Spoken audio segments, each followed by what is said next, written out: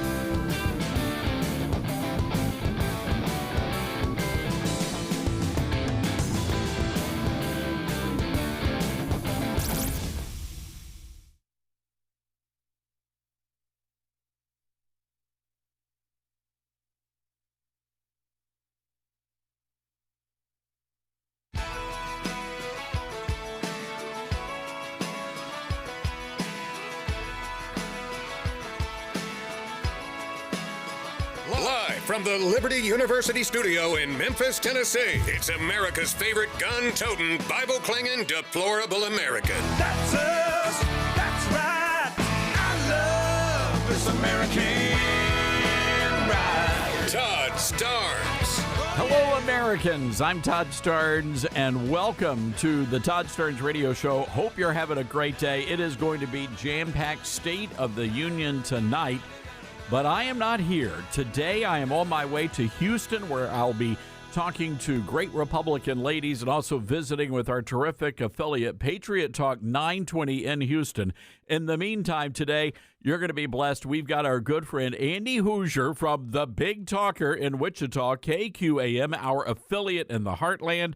And Andy's going to do a great job today bringing us up to speed on what's happening, and also, of course, the big State of the Union address tonight in Washington. Ladies and gentlemen, Andy Hooser. Wow, it's official. That's wild. Thank you, Todd, very much. It's great to be able to fill in for the seat today on the Todd Starnes radio program, and he's traveling about doing his thing. And man, what an honor. We got the official intro from Todd Starnes himself for the program. So thank you for that, Todd, very much. And it's so great to be able to sit in for the seat today. Welcome into it, the Todd Starnes radio program. And we are calling this, Dylan, you're more than welcome to chime in whenever you want to on this one. We are deeming the program today the State of the Union pregame show 2026. I'm telling you, this is going to be a big one. I'm excited. We have a lot to line up today. Plenty of policy to talk about, but obviously the breakdown of the State of the Union. What could it look like this year? Because it is not only the, fourth, fifth. Did Donald Trump do a State of the Union last year? I guess he did. I mean, he just got sworn into office, so maybe not. So let's just say that this is at least his fifth one after his first administration, but more than that, it is the 250th birthday of the nation this year, and I think that deserves the most patriotic State of the Union address that we have ever heard, and I cannot wait for it. So welcome into it, and I want to hear from you. 901-260-5926, 901-260-5926. As Todd so graciously mentioned, moving the Liberty University studios out here to Wichita, Kansas on the Big Talker KQAM, my flagship station, and a great affiliate of the Todd Starnes radio program. What the heck can we expect for the address tonight? I find it probably the most ironic and probably the best example of where we're at in American politics today when we had the 250th birthday of the nation. According to Caroline Leavitt this morning, she said that we're expecting to shed a few tears with the State of the Union tonight, and that Democrats are now protesting this, with many not even showing up. The last count that I've heard, a total of 30 in general, which is absolutely insane. But Caroline Leavitt said she's excited for what we're going to hear tonight. He is going to share the stories of great American heroes who exemplify bravery and the spirit of 1776. And the president is, of course, going to tout his administration's record-setting accomplishments over the past year, while laying out an ambitious agenda to continue making the American dream more attainable and affordable for working-class people across the country. It's going to be a great speech. There will be some tear-jerking tear-jerking moments as there was last year, in addition to some moments of levity. And so we hope everybody will tune in. That's really cool. I'm excited for this one, man. It is going to be, as Donald Trump would say, bigly and super exciting because, I mean, look, not only do we have the patriotic mindset, which, look, that is a perfect way to go into a midterm season, talk about patriotism, talk about the nation, talk about the history of the nation, and talk about where we're moving forward. And again, the major cultural divide in society doesn't allow the other side of the aisle to accept it, to enjoy that, to relish in patriotism and love for country, which I find really kind of strange. So I ask you the question today at 901-260-5926 on the Todd Starnes radio program. What are the trigger words? And if you are playing a game tonight for the State of the Union address, maybe a drinking game of an adult beverage or maybe your favorite sweet tea, which I know that's Dylan, do you think that's what Todd's drinking tonight for the State of the Union? Absolutely, sweet tea? yeah, sweet tea. That's the beverage of choice. That's the beverage of choice. So he's going to take a shot of sweet tea every time that they say a particular word. So what are the big words that you can expect Donald Trump to say tonight? I'm guessing affordability, maybe. I mean, Democrats kind of dropped that one after Donald Trump addressed the affordability issue back in December. So that's kind of funny.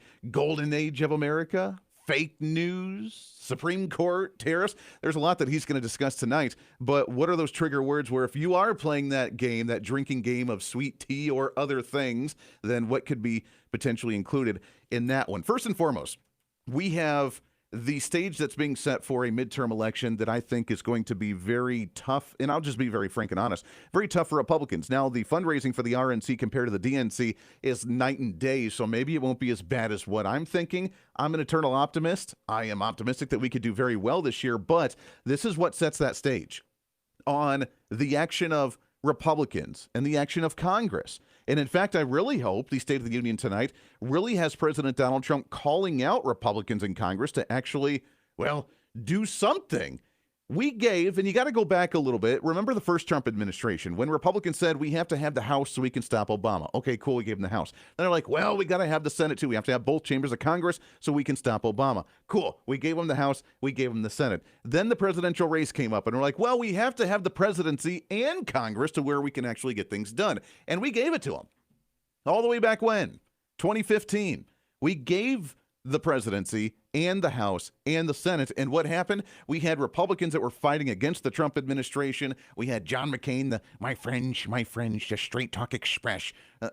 Remember that when he was in there that wanted to spite Donald Trump beyond all belief. And even with his brain cancer, rest his soul, he flew all the way to Washington, D.C., rolled down the chamber floor there, and ended up voting against repealing of Obamacare. That was the mindset of the Republican Party, and it took us a long time to purge the Republican Party of that type of insanity, wanting to spite Donald Trump even amongst our own party.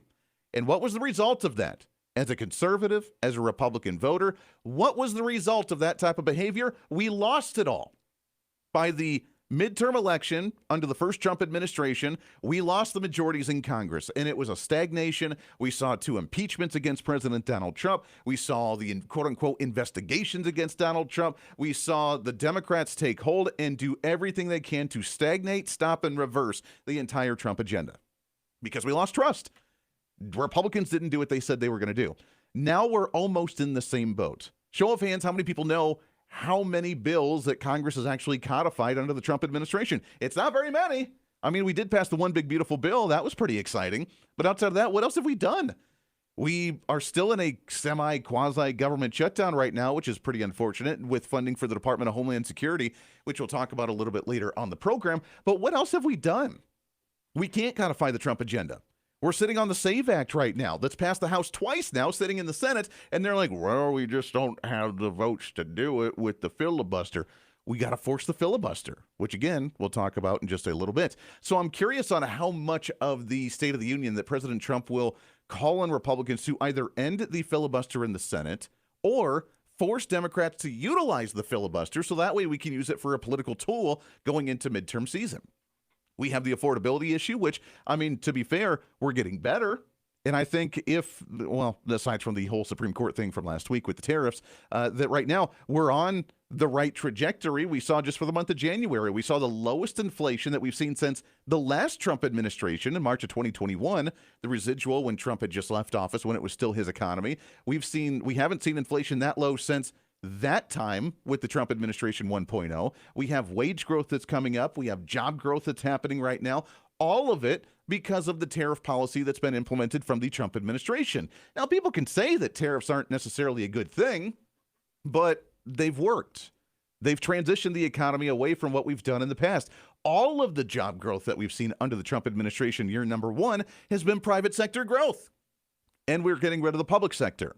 And I see that all as good news. So Donald Trump is going to showcase his victories tonight, and I really hope he does that and is able to tie that in to a historical reference of how great this nation is, not because of government, but in spite of government. And I tell you what, as a bleeding heart conservative that enjoys watching the direction that we're going with the Trump administration, if Donald Trump's able to talk about the growth and success and the beauty of this nation, not because of government, but in spite of government, that will have me rolling on the ground tearful. Right, Dylan? I mean, that's a sight everybody wants to see on YouTube, right? That's a viral YouTube video right there, me rolling around on the ground all tearful because of that kind of comment. Yeah, I'd like to see that, actually. Yeah. That's right. We'll have to work on that one. Maybe the wife will be videotaping it tonight. But look, I mean, Donald Trump has for the golden era that we're going into, we have a golden opportunity. The stars have aligned, and we can now present the case for what conservatism is and what we can expect with this State of the Union address. The foreign policy, the economy, the potential issue with Iran, the military-industrial complex going crazy. It's all going to be showcased tonight while the Democrats are out there throwing a hissy fit about it. And we'll break that down in just a minute because I find that kind of interesting. But I want your thoughts on this. What are you expecting tonight? And what are the trigger words that you're expecting that you can play the game with today? 901-260-5926. 901-260-5926. It is the Todd Starnes radio program. Andy Hooser sitting in today for the pregame of the State of the Union 2026. Plenty to break down today. Lots coming up. Stay here. You're with Todd Starnes.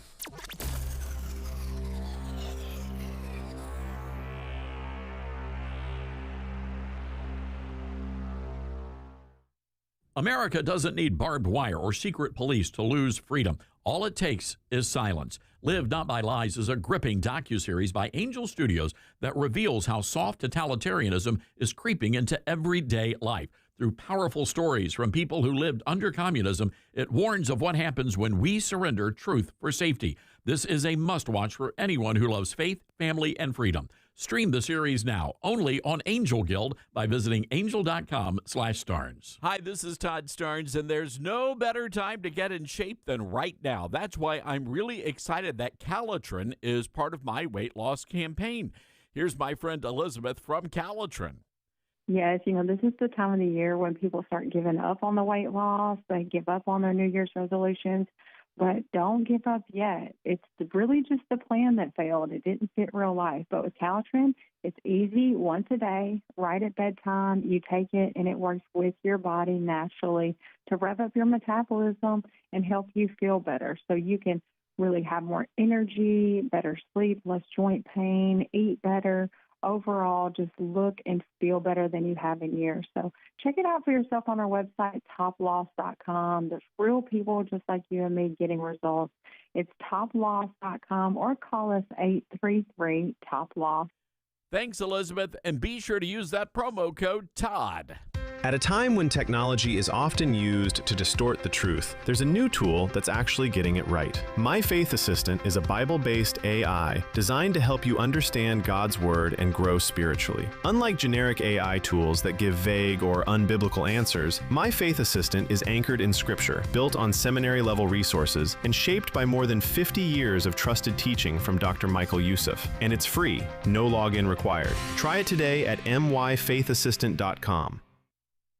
Let's see, if something costs less, but people are happier with it, that sounds like something to look into, and that is Medi-Share. Maybe you've heard switching to Medi-Share to pay for healthcare can save many families up to $500 a month, and that is huge. But it's also true that people are way more satisfied after making the switch, too.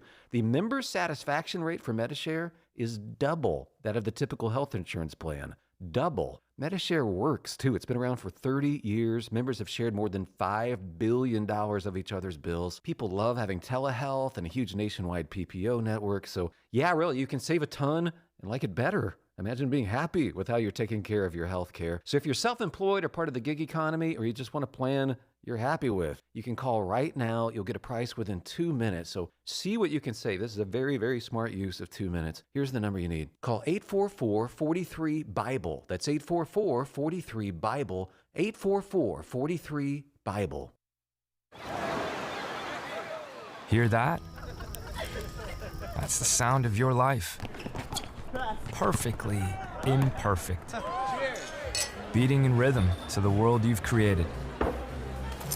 But every time you drive after drinking, the music gets drowned out. Your life sounds pretty great. Don't let a buzz ruin it. Buzz driving is drunk driving. Don't drive buzzed. A message from NHTSA and the Ad Council. Are you prepared for an emergency or disaster? Because it's not a matter of if, but when. Don't find yourself saying, I'll trust water bottles and a flashlight to save the day, but I'll be proved wrong. With a tornado approaching, I'll realize that I lack a wheelchair-accessible shelter. When the floodwaters rise, I'll be up in the attic with 20 cans of beans. It's a recipe for disaster. Let's prepare so we all have a better story to tell. Get started at ready.gov/older adults. Brought to you by FEMA and the Ad Council. Babes, what are you doing? What? I'm just mowing the lawn. No, it's blazing hot and dry out here. Don't you remember? Smokey Bear says, avoid using power equipment when it's windy or dry. Where'd you learn this? Oh, it's on SmokeyBear.com with many other wildfire prevention tips. Right. Thanks, honey bear. Because remember, only you can prevent wildfires. Brought to you by the USDA Forest Service, your state forester, and the Ad Council. What I know about courage, I learned from my adoptive mom. She said sometimes you just gotta hold on and know we'll get through this. Mom, we are so high up. Hold my hand. No, you hold my hand. Here we go. Learn about adopting a teen from foster care. You can't imagine the reward. Visit adoptuskids.org to find out more. This message is brought to you by Adopt US Kids, the U.S. Department of Health and Human Services, and the Ad Council.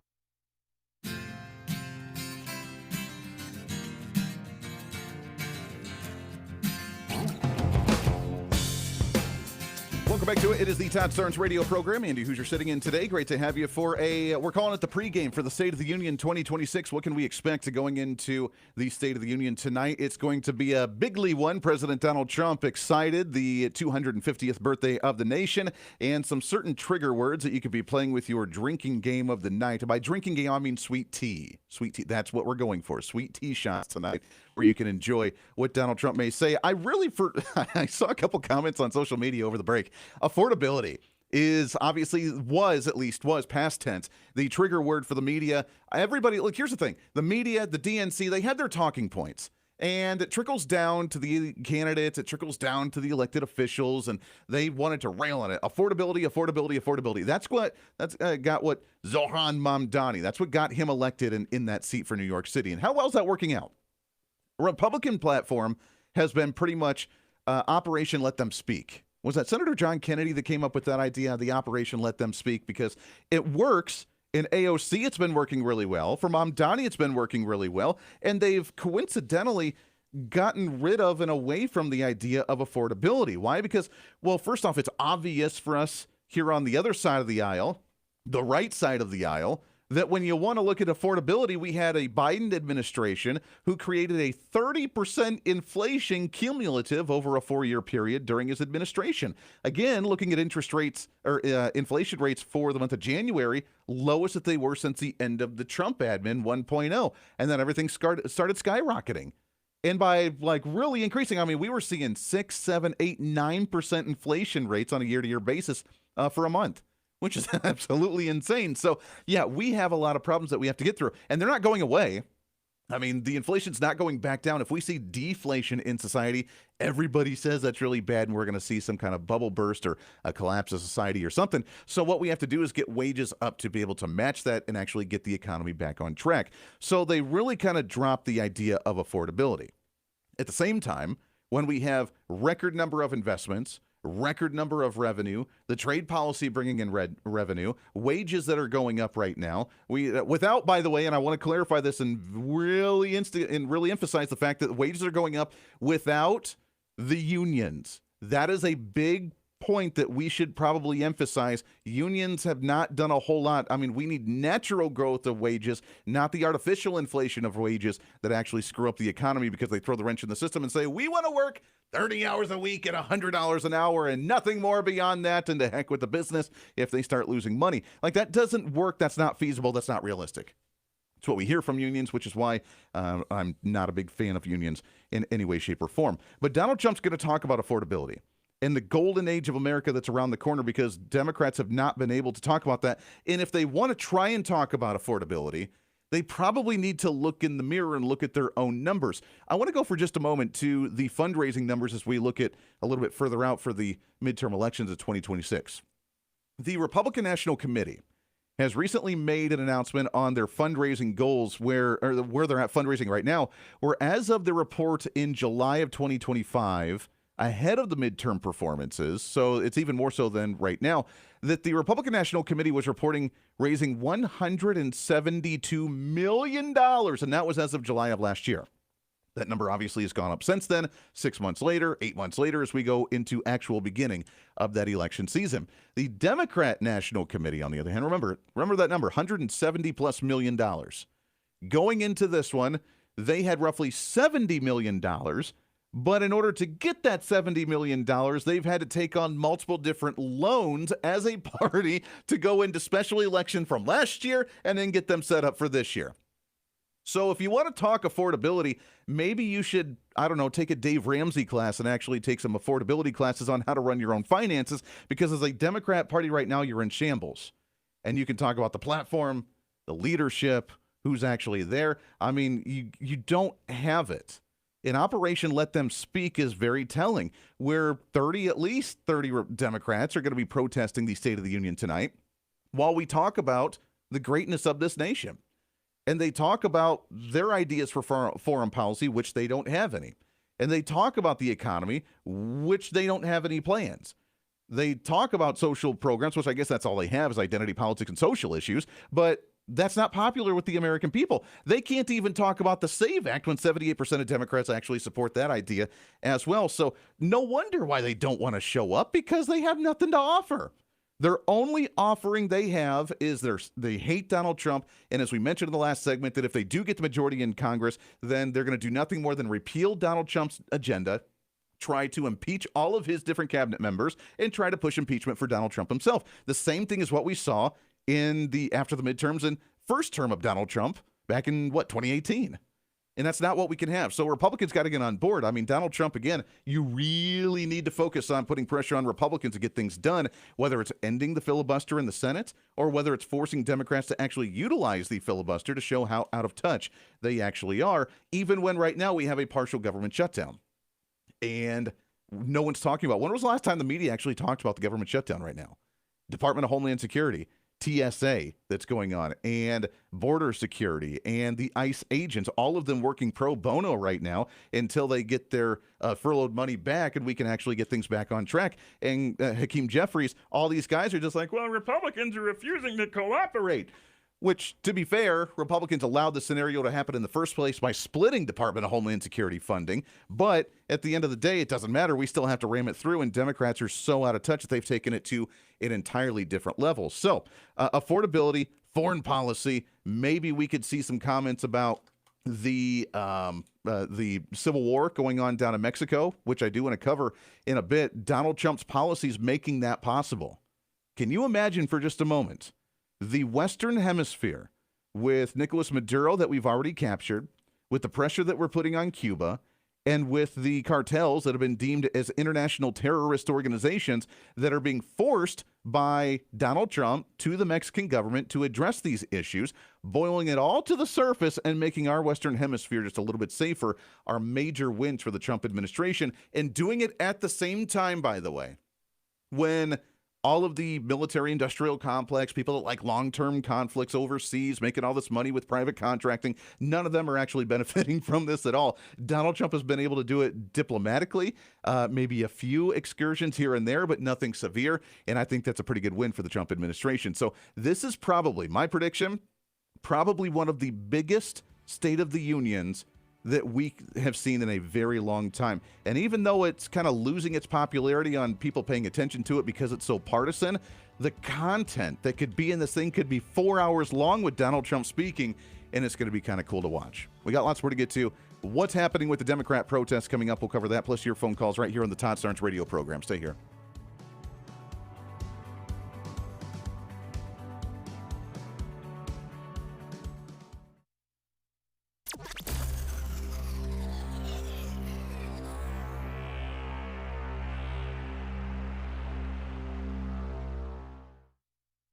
You said you'd never buy your kid candy from the checkout aisle.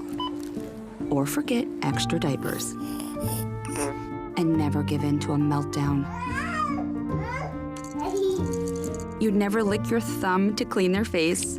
Never let them have too much screen time. And never bribe them for just one more bite. You say you'd never let them out in public without their hair brushed. Never, ever become a minivan mom. And you'd never give them your phone for a quiet dinner. Calling boss work phone. So when you say you'd never leave your child in a hot car, no, it can happen. Cars get hot fast, and kids can be at risk in temperatures as low as 60 degrees Fahrenheit. Never happens. Before you leave the car, always stop, look, lock. Brought to you by NHTSA and the Ad Council. Get hurt in the game? We tough it out. Feel exhausted? We push on. Feeling down? We pull ourselves up by the bootstraps. But there are times when bootstraps aren't enough. When stress gets to us and we need to talk to someone about what we're really going through.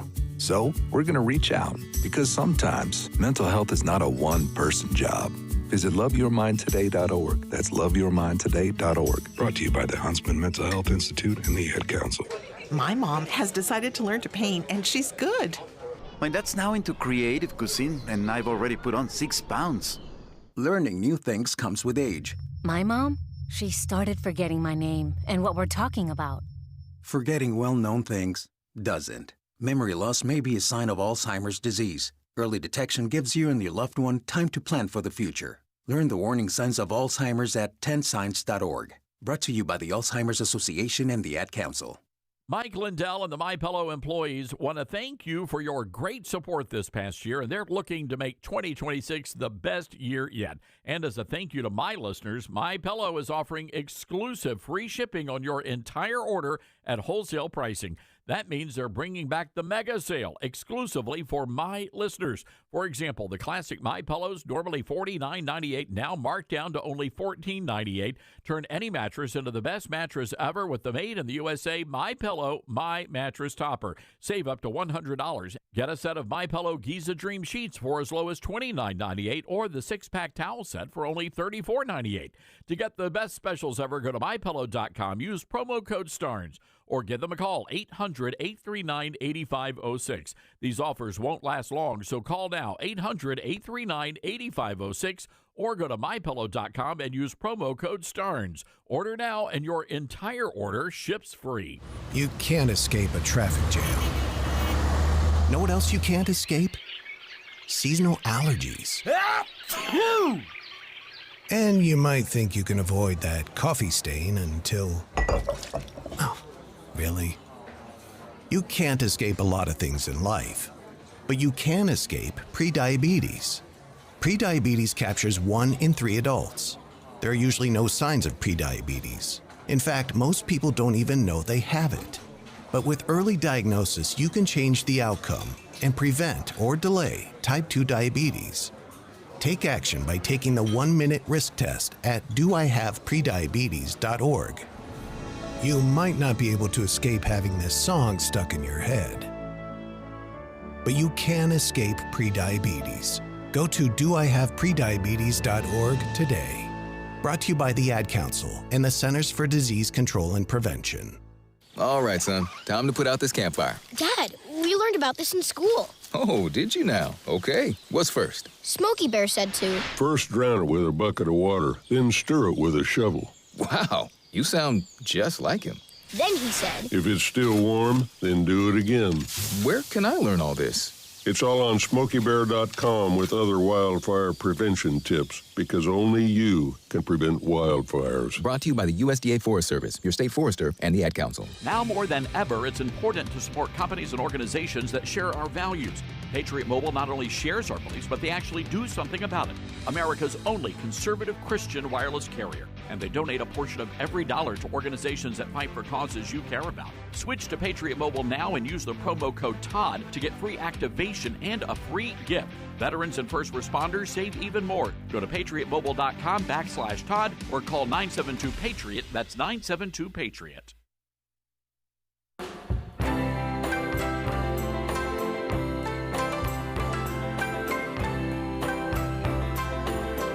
Welcome back to the Todd Starnes Radio program, a.k.a. the pregame show for the State of the Union speech 2026. What can you expect from that one from President Donald Trump tonight? It's going to be fun with a lot of different things to cover. Again, he could be covering 4 hours of this, and who knows, Donald Trump very well may do that. He has gone on rambles. Well, what's the longest? He broke the record for the longest State of the Union address, I believe. Didn't he, Dylan? I mean, that was a couple of years ago, and man, he went on like 2 hours and 15 minutes or something. It was crazy with how he just kept going and going. I think that was the one when Nancy Pelosi just felt like ripping up the speech afterwards just because she wanted to do that in spite as well. So here's the question I have for you is the protest from the Democrats. Would you rather, we're going to play a little game of Would You Rather. Would you rather have Democrats be there like last time where they were holding the signs like children and I'm going to raise a sign to protest you, and they did their silent protest that way? Or would you rather have them just not be there in the first place?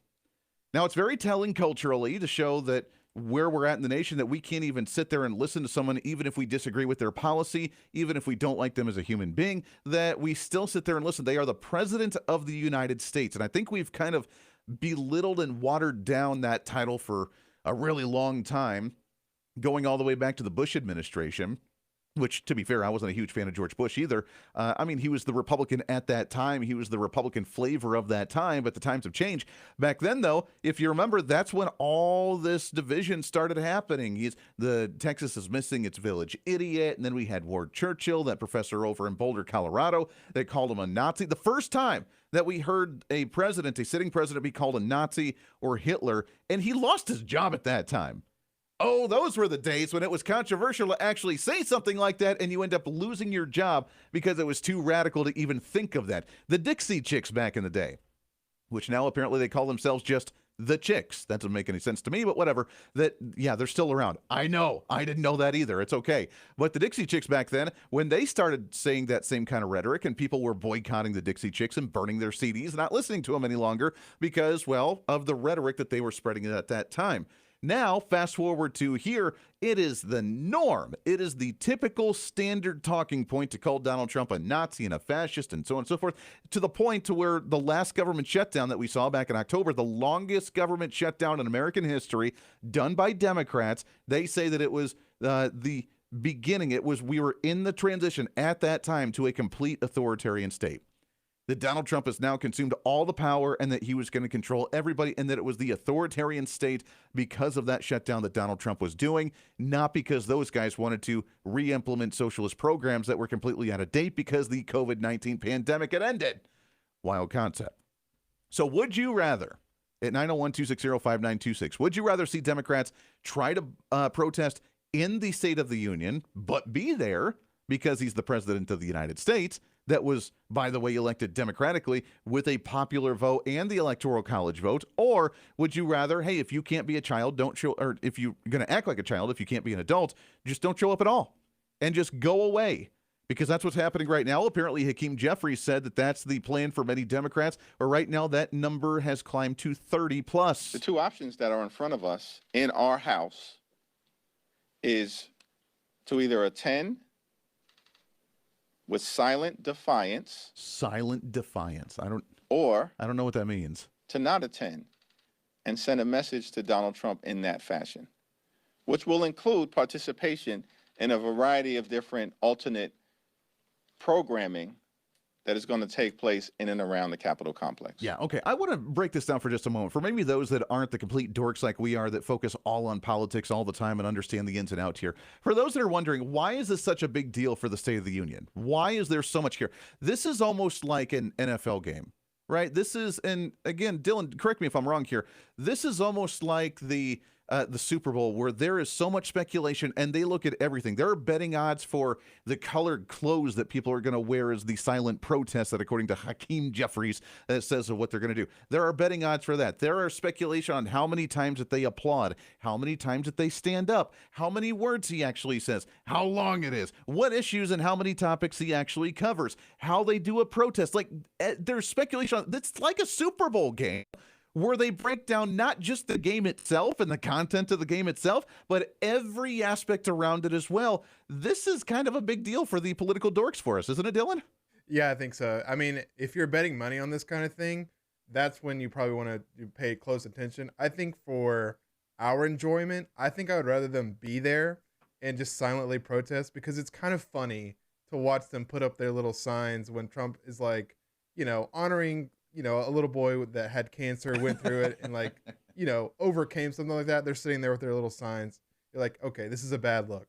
That was pretty cute last year. I think it was last year when they did that. So I guess Donald Trump did do one last year, and they came up, and yeah, they had their sign. It was black on one side, white on the other side, and they were saying that he's a liar or he's whatever, and they would sit there and 1 year, I don't think it was last year, but a couple of years ago, they wore all white for the purity, and all the women wore the white, which was kind of funny in their silent protest against Donald Trump. So yeah, you're right. It's always entertaining for us on that front, but at least they showed up, and I will give them credit at that time. They show up. They throw a fit about it, but they show up because he's the president of the United States. Nowadays, I don't know that it has the same kind of impact. It should.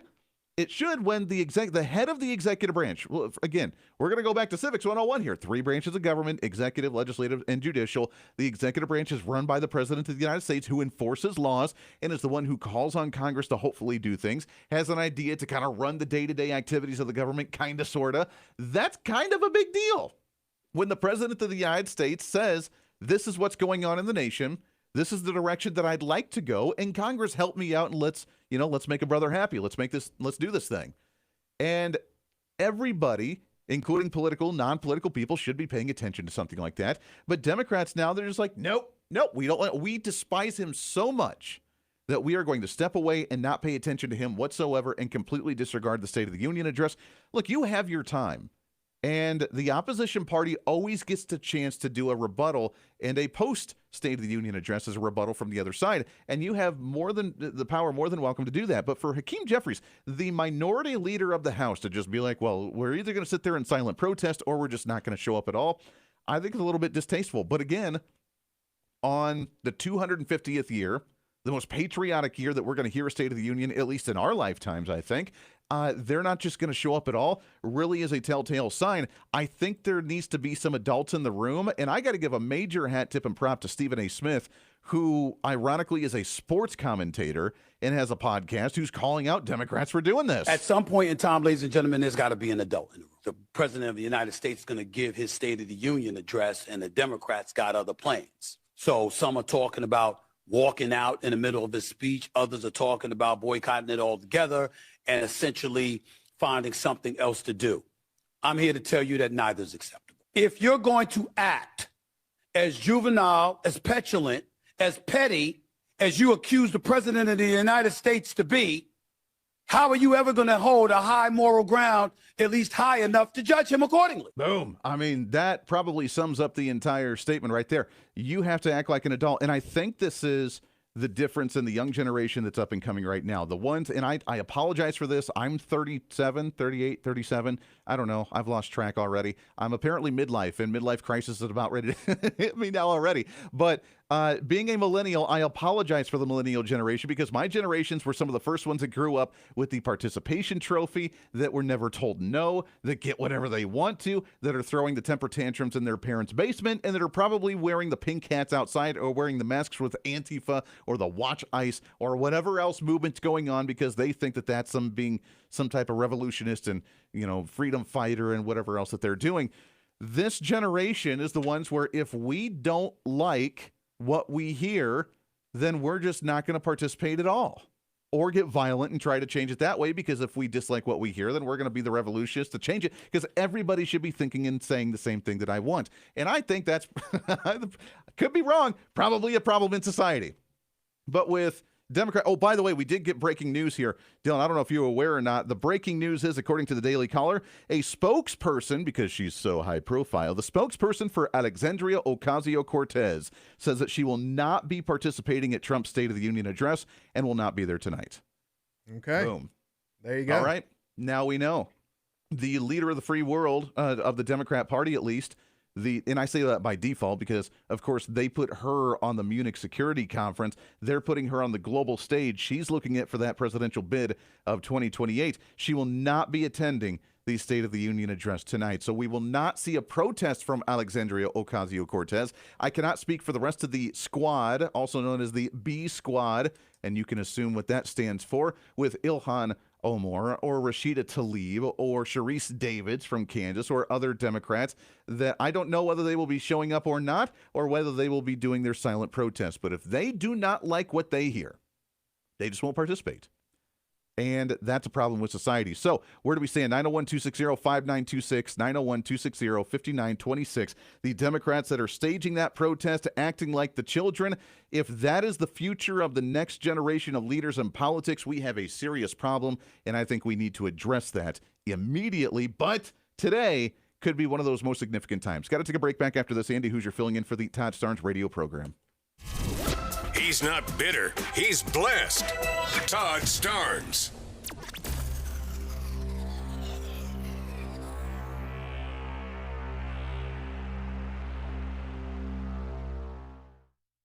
Hi, this is Todd Starnes. You know, you have lots of choices for cell phone service with new ones popping up all the time. But here's the truth. There's only one that boldly stands in the gap for every American and believes that freedom is worth fighting for, and that's Patriot Mobile. The good news is you can switch to Patriot Mobile today without sacrificing quality or service. Worried about coverage? Don't be. Patriot Mobile uses all three major U.S. networks. If you have service in this country today, you'll have as good or better coverage with Patriot Mobile. Think switching is a hassle? Well, it's not. You can keep your number, keep your phone, or upgrade. Patriot Mobile's 100% U.S.-based team will get you activated in minutes from the comfort of your own home. Stuck in a contract or owe money on your phones? No worries. Patriot Mobile has a contract buyout program. This is how we win, folks, by aligning our spending with our values. Every dollar we spend matters. Go to patriotmobile.com/Todd or call 972-PATRIOT. Use promo code Todd and get a free month of service. That's patriotmobile.com/Todd or call 972-PATRIOT. Most people don't look forward to their annual physical because they're nervous what the doctor might find. I know that's how I feel. That's why what you do before the appointment matters. So before your next checkup, make the one health change your doctor should notice or your money back. Make it Field of Greens. Doctors today look beyond your calendar age. They look at biological age, how healthy your cells and vital organs are. Field of Greens was designed with that in mind. In fact, a university study found participants who only added Field of Greens saw measurable improvements in key health markers. Just one change changed everything. That's why Field of Greens promises your doctor will notice your improved health or your money back. Go into your next physical confident. One scoop once a day, done. Make Field of Greens your one smart change this year. Check out the university study and get 20% off at fieldofgreens.com, promo code STARNS. That's fieldofgreens.com, promo code STARNS. We are living in dangerous and unstable times. Hello, everybody. I'm Todd Starnes. Pandemics, international insecurity, shortages, supply chain disruptions, and an economy on the brink. We know we can't simply trust the government to protect us. Now more than ever, everyone needs to be prepared. And being prepared is more than just stockpiling ammo, food, and supplies. Being prepared should also include stockpiling critical prescription medications. And that's where my friends at the Wellness Company come in. Their medical emergency kit contains the prescriptions, antibiotics, antivirals, and antiparasitics that you need to keep you and your family safe, from anthrax to tick bites to COVID and even to a bioweapon like the plague. The Wellness Company's medical emergency kit is exactly what you need to have on hand to be prepared. Go to twc.health/Starnes today and order. That's twc.health/Starnes. Use the promo code STARNS, and you're going to save an extra 10%. Uh-oh, Brad's buzzed. Oh, yeah? Yeah, he's starting with the woots. And now a speech. I just want to say that friendship is about heart and brain. Who's with me? Good thing is, he knows when he's buzzed. And my brain is saying, when it's time to go home, somebody call me a ride. Love that guy. Me too. Know your buzzed warning signs? Call for a ride when it's time to go home. Buzz driving is drunk driving. A message from NHTSA and the Ad Council. Are you prepared for an emergency or disaster? Because it's not a matter of if, but when. Don't find yourself saying, when the storm rolls in, my time to find a pet-friendly evacuation center will have run out. The scorching heat wave will leave me powerless to cool my insulin. I'll face a hurricane without meds. Now that's a tough pill to swallow. Let's prepare so we all have a better story to tell. Get started at ready.gov/older adults. Brought to you by FEMA and the Ad Council.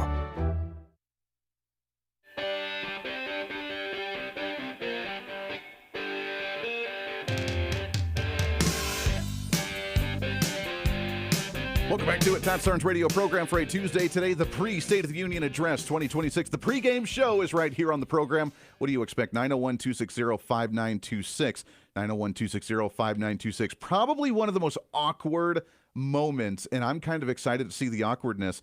Like you said, Dylan, I mean, the protests that are coming from the other side, I think there's even something more exciting happening tonight, and that is, of course, the stare down between Donald Trump and the Supreme Court that's going to be there.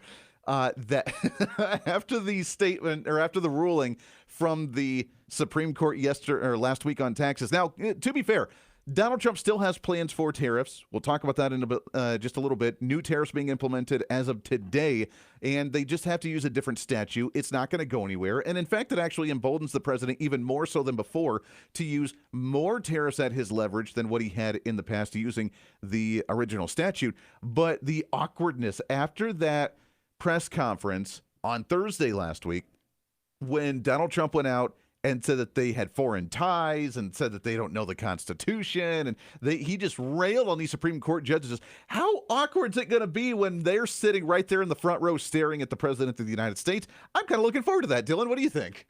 Yeah, I think so too. I love this kind of stuff because I'm not into politics that much. So this kind of stuff always just fascinates me, just to see how, I guess, and you were talking about it earlier, just like childish some of these people can be. But that moment's going to be epic. That is going to be epic. Now, that is, I wonder, because I heard apparently that there was like a begrudging invitement, the inviting of the Supreme Court justices to the State of the Union. They obviously have to go. It's the three branches. That's kind of the process. The three branches of government, the military heads there, all the cabinet members are all there. So that way they can talk about all the stuff that's really going on. It's the one time when just about everybody in Congress or everybody in government in general gets together to talk about these state of affairs right now. So they kind of have to go. But like you said, for people that are not as keen into the policy, is that really true? Is, Donald Trump's idea here, ideas there? It's more of the spectating sport of watching the awkwardness. And to be fair, it really did start back in the day under the Obama administration. And I want to say it was Marjorie Taylor Greene that was the one that yelled out, "You're a liar." And before that, we've heard a few groans and boos before. We've had, obviously, one side of the aisle that just doesn't stand and applaud because, again, it's all a game. And there's stats on how many times that Congress will clap, how many times the president's interrupted with them standing, how long the applause is, who has the longest applause. All of this is recorded, and it's weird. It's very weird on that. But I want to say the first time that it was, again, scandalous to interrupt anybody during the State of the Union was, I want to say it was Marjorie Taylor Greene under the first Obama administration. And since then, it's just gotten out of hand because we had that. Then we had Democrats that were calling Donald Trump a liar, and it's majoritively now gone back to that side. I don't remember. There was one time under the Biden administration where they called him out and just said it was not true, and it was because Joe Biden was saying that Republicans wanted to cut Social Security. And they were yelling, "No, that's not true. That's a lie. It's a complete lie." And then Joe Biden, in his stumbling, bumbling, whatever he was as Joe Biden, looked at him, he said, Well, I'm really happy to hear that. I guess we should work on a bill then. which was probably the worst thing he could have said, but it wasn't really Joe Biden up there anyways. It was just his talking head, right? Conspiracy theorist, thank you very much. So now Donald Trump's going to have either the same type of protest or just the walking out altogether. Going as far as, by the way, I've heard now that we've heard that not only will some of them not show up, but they're planning on an alternative broadcast at the same time as the State of the Union. They're trying to turn it into like the Turning Point USA alternative from the halftime show of the Super Bowl, to where if you don't want to watch this, you can watch this over here. And then it's going to be a battle of ratings, and it's going to be a battle of viewership, and who's actually going to be paying attention to what. And we've heard that there might be an alternative broadcast, not just the response of the State of the Union by Democrats, but an actual full-on alternative broadcast somewhere else for people to tune into for the Democrats if they don't want to listen to Donald Trump. And that's a little weird. Again, he's the president of the United States, and whether you like him or not, I want to hear what he has to say. I would rather listen to him and then respond to it afterwards and be like, yeah, I agree with this, I disagree with this. I don't know. But the awkwardness is going to be there. Supreme Court's going to be fun. You know what I'm waiting for, though? And I know Todd has not talked about this on the program, but Dylan, I really, really, really, really hope this could be a huge opportunity here. Donald Trump could address the extraterrestrial thing from last week. Yes. Yes. Could that happen? Now, for those that have not been following this, I'm a dork. I've been following this to the nth degree. Barack Obama a couple weeks ago on a podcast said aliens are real, like without hesitation, then tried to walk it back a little bit. They mentioned it to Donald Trump a few days later. He says that was not that it wasn't real, but it was classified information and he should not have said that. That kind of blew up big time. And then because of that night said that he's releasing and ordering the Department of War and all these other agencies to disclose all the information regarding UFOs, UAPs, and extraterrestrials. And I just throwing it out there. But now that he has said that, this would be the prime opportunity for Donald Trump to come out on the biggest scale, the biggest platform he has as a State of the Union and address the issue on extraterrestrials. Do you think he'll do it? I think if people are not betting on that right now, they should go ahead and start because I think he knows what the people want to know. And, you know, especially if you're not super into everything else policy wise, like if you can get on that, like he could spend hours talking about that and just letting us know, just give a little insight. What's going on behind there? Well, he could spend hours talking about it, but even if he just briefly mentioned it, just even one line, again, if you want a bingo card for the night tonight, if you want a bingo card for the State of the Union and you think, well, he's going to mention affordability and he's going to mention tariffs, he's going to mention Mexico, he's going to mention Iran, whatever else, put on that bingo card is just one of those slots for your drinking game for the quote unquote adult beverage of choice or for your sweet tea. Then you put on that bingo card somewhere that he's going to address the issue of extraterrestrial, even just one line of saying that, you know, in transparency, we've released all the Epstein files. We're working on more transparency where we're, you know, want to be I don't know, we want to disclose more information to the American people. The government should not be hiding any more secrets. We've released all this great information. Our Department of Justice is doing a great job, which is debatable in my opinion. But if he says that, they're doing a great job. Our FBI director's doing a great job. Department of War is doing a great job. We want all this information out. We're going to release information regarding technology, UFOs, UAPs, and extraterrestrials. And even if it's only that statement, people are going to go nuts, man. That would be wild. I can't wait to put that on your bingo card for tonight. That would be a lot of fun. All right, we'll continue this conversation, your speculation on the State of the Union at 901-260-5926. Also, not sure if you're aware or not, government's still shut down. That's pretty wild. Let's talk about that when we come back around the corner for hour number 2 for the Todd Starnes radio program. Stay here.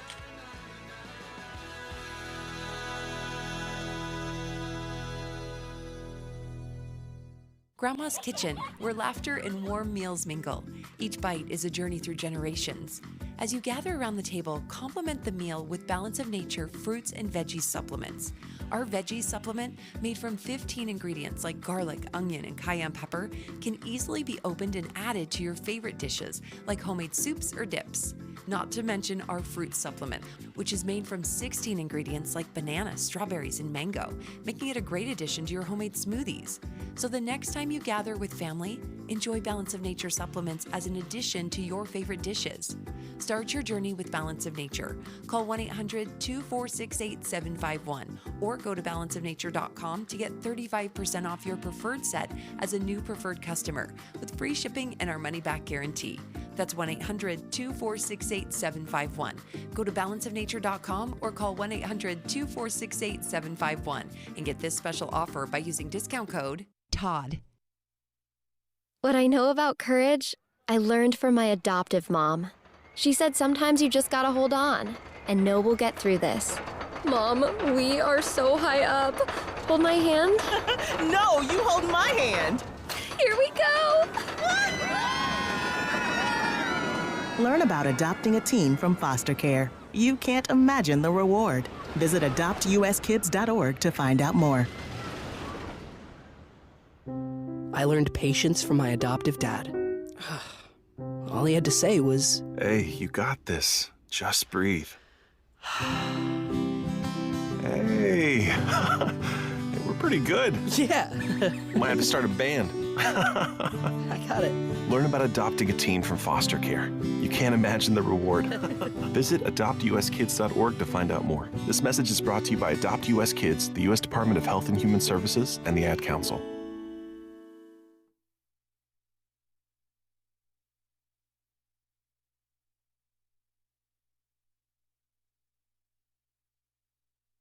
Hello, Americans. I'm Todd Starnes. Stand by for news and commentary next. At a time when technology is often used to distort the truth, there's a new tool that's actually getting it right. My Faith Assistant is a Bible-based AI designed to help you understand God's Word and grow spiritually. Unlike generic AI tools that give vague or unbiblical answers, My Faith Assistant is anchored in Scripture, built on seminary-level resources, and shaped by more than 50 years of trusted teaching from Dr. Michael Youssef. And it's free, no login required. Try it today at myfaithassistant.com. A horrifying story from Fort Bragg in North Carolina. For the past year, parents have been complaining about a substitute teacher who identified as a transgender wolf. That's right, folks. Mildred B. Poole Elementary School had employed a kindergarten teacher who wore a dress with a tail protruding from his hindquarters. The man also wore a dog collar and told the children he was born in a man's body, but actually was a woman who likes boys. Now, parents pleaded with the school, but they did nothing, so they reached out to Matt Staver from Liberty Counsel. Staver says the school undermined parental rights and also military readiness. He argued the teacher engaged in harassment. Well, just hours after my radio show aired, we received word from the Pentagon that the teacher had been fired. Turns out Pete Hegseth promised to restore common sense to the Pentagon, and he wasn't crying wolf. I'm Todd Starnes.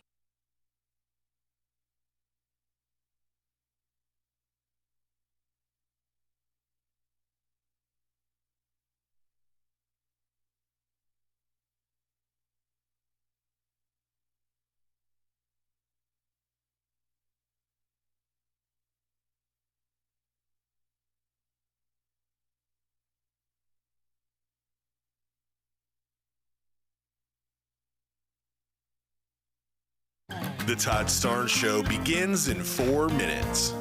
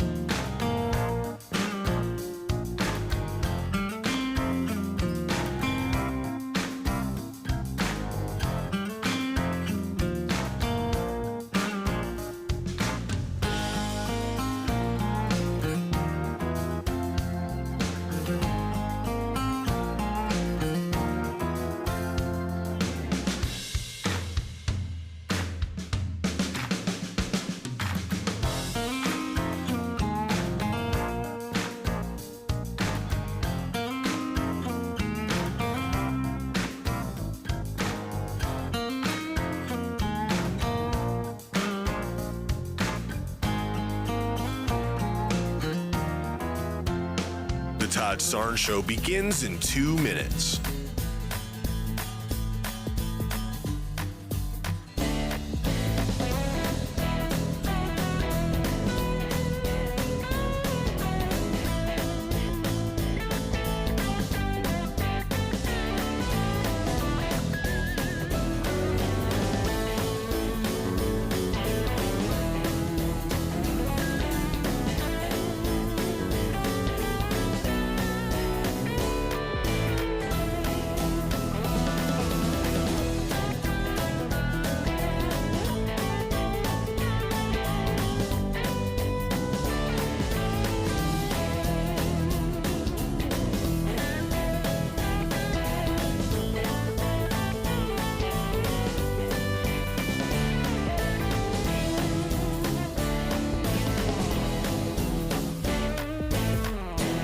The Todd Starnes Show begins in 1 minute.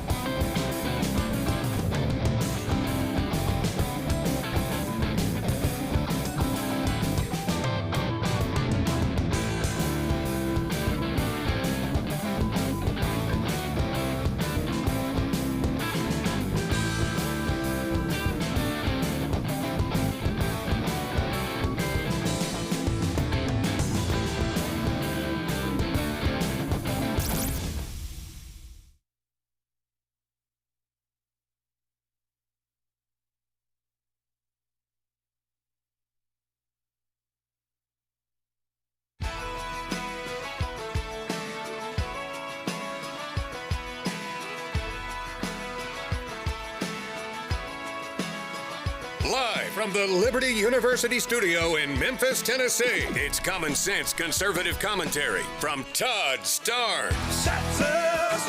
That's right. I love this American ride. Hello, Americans. I'm Todd Starnes, and welcome to the Todd Starnes Radio Show. Hope you're having a great day. It is going to be jam-packed State of the Union tonight. But I am not here. Today, I am on my way to Houston, where I'll be talking to great Republican ladies and also visiting with our terrific affiliate, Patriot Talk 920 in Houston. In the meantime, today, you're going to be blessed. We've got our good friend Andy Hooser from The Big Talker in Wichita, KQAM, our affiliate in the Heartland. And Andy's going to do a great job today bringing us up to speed on what's happening, and also, of course, the big State of the Union address tonight in Washington. Ladies and gentlemen, Andy Hooser. Oh, man. To have an introduction like that from Todd is absolutely amazing. Welcome into it. It is the Todd Starnes radio program. My name's Andy Hooser, and yes, it is an honor to fill in for the seat for Todd today for what we're deeming here is the pregame of the State of the Union 2026. What can we expect tonight? It's going to be a bigly one, as Donald Trump said, so there's plenty to cover there, plus the other issues going on throughout the day today. I want to hear from you at 901-260-5926, 901-260-5926. Moving the Liberty University studios out here to Wichita, Kansas on my flagship station, KQAM, a great partner and affiliate of the Todd Starnes radio show. By the way, we wrapped up this last hour. Dylan, you are getting people angry at us here on the program today and because apparently you're just not involved in politics. People not very happy about that. Yeah, we did get a comment about me not being too involved. You know, it's okay. It happens. Not everyone's going to have the same opinion. Not everyone's going to, be as involved as everyone else. And that's okay. That's what makes it America. And well, it's what makes it America. But you know what? It actually brings up a really good talking point for the fact that now, how old are you, Dylan? You're a little bit younger than I am. I'm freshly 27. Freshly 27. Yes. Fantastic. All right. So you're a bit younger than I am. And so, I mean, there is a mindset from the younger generation to where things are so divisive, they're so angry, they're so hateful that people just want to disengage and not be involved in it at all. Either that or they don't care about the details of policy, which I get. You got to have a right mindset for that. And I'm not a lawyer. I'm not a legal scholar. I'm not we're a constitutionalist. We read the Constitution. But outside of that, to understand and follow how government functions, that's not everybody's cup of tea. But as conservatives, as activists, as voters, as people that are engaged, that's our duty to find a way to get it relatable to where, Dylan, people like you do pay a little bit more attention to the issues and understand what's going on in society. Certainly. And that does happen on a daily basis. You know, I do work here. I am up to date on politics and things. So yeah, I'm well informed. And it's just not your entire life. It's not my entire life. So that's all it is. And that's okay. Unless they talk about ETs. Unless they talk about ETs. I did go to school for music, so that's also, you know, my jam. Oh, okay. Well, see, you know what? Everybody's got their interest, but that is our duty. If we want to see voter engagement increase, if we want to see people turn out to the polls more so than before, we have to find a way to reach people that are just not engaged, the ones that watch the Kardashians, and I say that with a very struggling emphasis, but those that care more about what a celebrity's doing than what our elected officials are doing. Although in today's age, I guess celebrities and the elected officials are one in the same. All right, I ask you, we have the ongoing game today of the bingo card. What can we expect for the State of the Union tonight? The terms of affordability, the golden age of America, and of course, probably this being the most important State of the Union address that we've had in a very long time with the 250th birthday of the nation. We can talk about patriotism, the greatness of this country. And again, I will bawl my eyes out if he mentions the comment that we are great in this nation, not because of government, but in spite of government. If he does that, man, it's going to be waterworks. Going to be insane. Where, according to Caroline Leavitt, we are expected to see a pretty emotional speech going on tonight. At that same time, foreign policy is going to be a big issue tonight. And I think I want to spend some time on foreign policy for just a moment, because there has been a rift within the quote-unquote MAGA movement on foreign policy, because some say, why are we focused so much on foreign policy? Why are we not focused on America first? Why are we not focusing on just the issues here in the United States? And I understand that argument, but at the same time, in today's age, whether we accept it and like it or not, globalization, or at least a global economy, or the influence of other nations and relationships with other nations, or the enemies and threats of other nations, are something that largely impact us here in the United States. Today, the new tariff policy, at least one of the new tariff policies, a global tariff of 10%. He dropped it back down from 15%. It is now 10%, officially takes hold today. That coming after the statement from the Supreme Court last week in their decision that what he was using as the statute before is not able to be used right now. However, they pretty much gave him the green light of, hey, you can't do it this way. Here's the guidelines for you to do it a different way. Have at it, buddy. Go crazy. And that's what Donald Trump's going to do. And he said even during his speech in the press conference last week that he would be essentially even more powerful on tariff control than what he was in the past. But until they get that figured out, until they change the statute, it's going to be a global 10% tariff. And I want for just a moment, I cannot wait and speculate to see the awkwardness of when Donald Trump looks into the eyes of the Supreme Court justices that are going to be sitting in the front row today for the State of the Union address when he addresses and mentions this issue, because it really, at least for the moment, temporarily takes away all the leverage that Donald Trump had in making better trade deals. And I think that is a cause for concern for us. And for some reason, the United States, we love to spite ourselves and eat our own. And I don't understand it.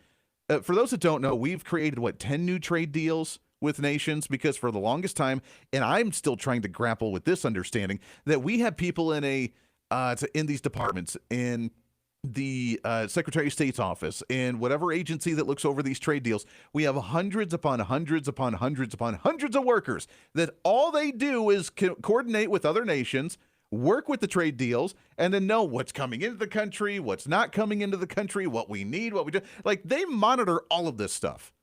And for decades, when we haven't created a new trade deal since like the 1970s, we're just like, meh, we're just going to keep it going. Prime example is the nation of Australia.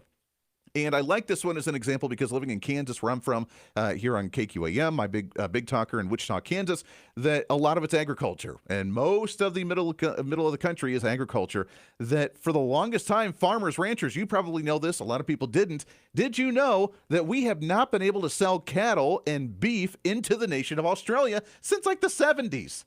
Because at that time, there was some virus going through our cattle herds, and Australia didn't want it. So they updated the trade deal to say that we're not going to purchase any beef or cattle from the U.S. because we don't want that virus. That was long gone. Like, that virus is gone, and it's been for a long time. Never updated the trade deal to be like, hey, we should probably start selling meat back to you guys again. Didn't happen until the Trump administration. Now we have a better trade deal with them. Now we've opened up new markets to where cattle ranchers can actually sell their meat and export more of their beef to other nations, including the UK, including Australia and other places. All of them now redoing their ag trade to where we can sell these products globally, and that's a good thing.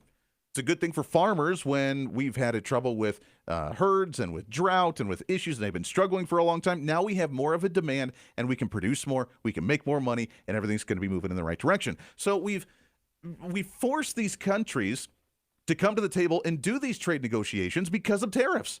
You've been taking advantage of us for a long time. That's not going to happen anymore. We're going to place this tariff on you, and that way it forces you to come to the table. We redo it, and then we can get rid of all the tariffs, and we can all be happy because everybody's making some money. Like, that's the purpose of what these were supposed to be. And a lot of people don't like tariffs. It's a tax on the people. I understand that policy. But by golly, this has been done for a temporary thing. And now we've taken all of that leverage away. And now the new trade deals, the 10 new ones at least that we've had, now again have a 10% global tax or a tariff on them until we can figure out what to do with these new statutes. And that's kind of insane. Donald Trump tonight will be apparently advocating for Congress to codify many of his tariff laws and what he wants to do, which, according to James Comer, says that that's what he's going to try and focus on in Congress. But look, I support the president. We're going to do, in my congressional office in Kentucky, I'm going to do whatever the president wants to move his agenda forward. Yeah. And I know Mike Johnson and Steve Scalise are trying very hard to get the votes. And I think the president's going to address this tariff situation tonight in his speech, along with many other issues like health care. So, yeah. So apparently we're struggling, and this goes into the filibuster with the non-60 vote majority we have in the Senate, the slim majority of 2, 3, 4, 5 votes we have in the House right now with Mike Johnson, where Mike Johnson has openly said, hat tip to Fox News today, saying that it's unlikely that Congress will be able to codify the tariffs for President Donald Trump. And it begs the question, which is probably one of the things that we will expect to see in a call for from the Trump administration tonight during that State of the Union, is that he needs to call on Congress to, what? Do something. Get something done. Come on, man. You guys are Congress. We, again, gave you the House, gave you the Senate, gave you the presidency. You got to do something. We got to learn how to rally. We got to learn how to unite. And we need apparently better whips. And by whips, meaning if you don't know, there's actually whips on each party to actually rally their troops to vote in unison as a party to actually get things done. Well, we got to do that, man. What's the point of having a Republican majority if we're not going to get anything done? And going into a midterm season, when right now the odds, the betting odds, show that Republicans keep the Senate but lose the House, and we gain, by the way, Republican governors across the nation. But losing the House means impeachment votes against Donald Trump and means no bills, no legislation, no codifying the Trump agenda for the next 2 years. And we can't have that.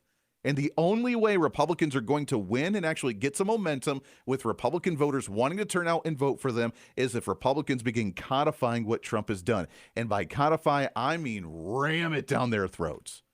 End the filibuster in the Senate, and every day codify what Donald Trump signed, close to 400 executive orders?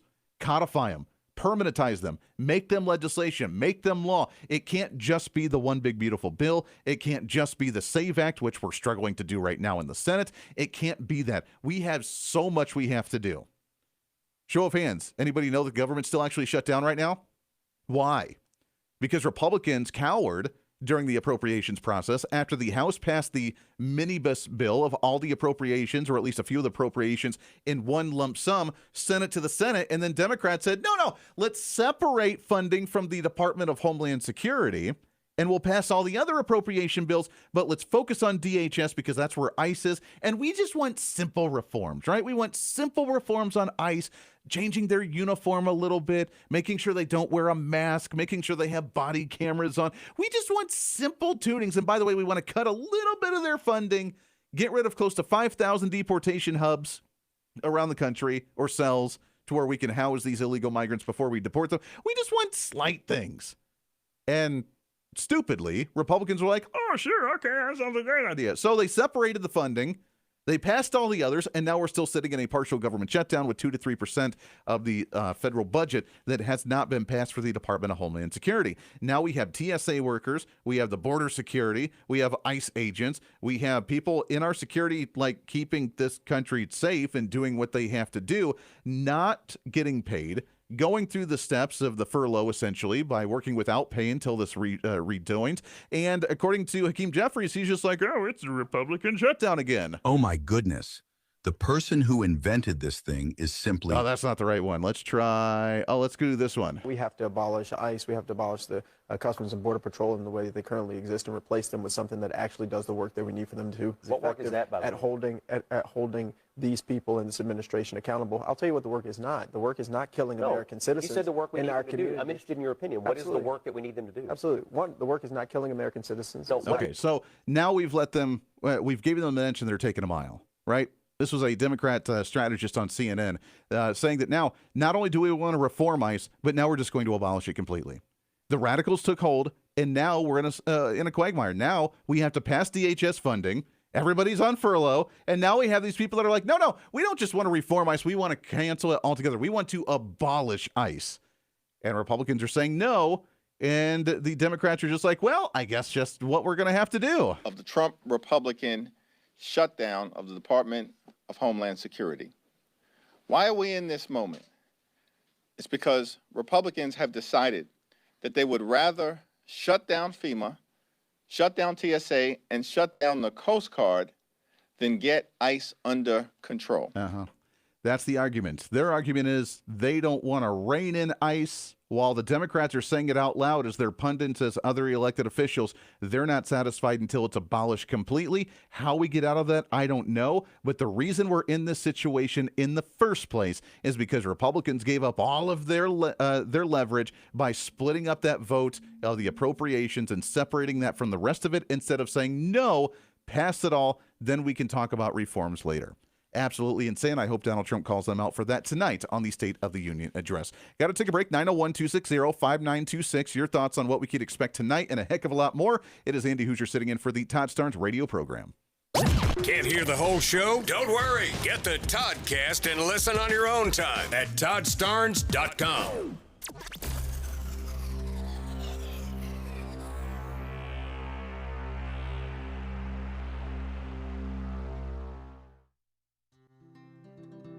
From fruits and veggies to fiber and spice, Balance of Nature supplements, changing the world one life at a time. Well, I stopped taking it for a while, and then it dawned on me, so I started taking it again. And I don't know, I like it. I mean, I love them. I'm never going to stop taking them. And I've got a friend that's coming over here. I'm giving her a little bit for her to go try. I love the product. I wouldn't be without it. You know, ever since I started that product, I remember seeing an ad way back. That's what convinced me. I tried it, and so I've been a believer. Nothing compares with it, so I'm a lifer with it. I'm not going to change. Start your journey with Balance of Nature supplements today. Call 1-800-246-8751 or go to balanceofnature.com and sign up as a new preferred customer to get 35% off your first preferred set. Don't wait. Now's the time to take action. Go to balanceofnature.com or call 1-800-246-8751 and get this special offer by using discount code TODD. Mike Lindell and the MyPillow employees want to thank you for your great support this past year, and they're looking to make 2026 the best year yet. And as a thank you to my listeners, MyPillow is offering exclusive free shipping on your entire order at wholesale pricing. That means they're bringing back the mega sale exclusively for my listeners. For example, the classic MyPillows, normally $49.98, now marked down to only $14.98. Turn any mattress into the best mattress ever with the made in the USA MyPillow My Mattress Topper. Save up to $100. Get a set of MyPillow Giza Dream Sheets for as low as $29.98 or the 6-pack towel set for only $34.98. To get the best specials ever, go to MyPillow.com. Use promo code STARNS. Or give them a call, 800-839-8506. These offers won't last long, so call now, 800-839-8506, or go to MyPillow.com and use promo code STARNS. Order now, and your entire order ships free. We're live here outside the Perez family home, just waiting for the... And there they go, almost on time this morning. Mom is coming out the front door strong with a double-arm kid carry. Looks like Dad has the bags. Daughter is bringing up the rear. Oh, but the diaper bag wasn't closed. Diapers and toys are everywhere. Ooh, but Mom has just nailed the perfect car seat buckle for the toddler. And now the eldest daughter, who looks to be about 9 or 10, has secured herself in the booster seat. Dad zips the bag closed, and they're off.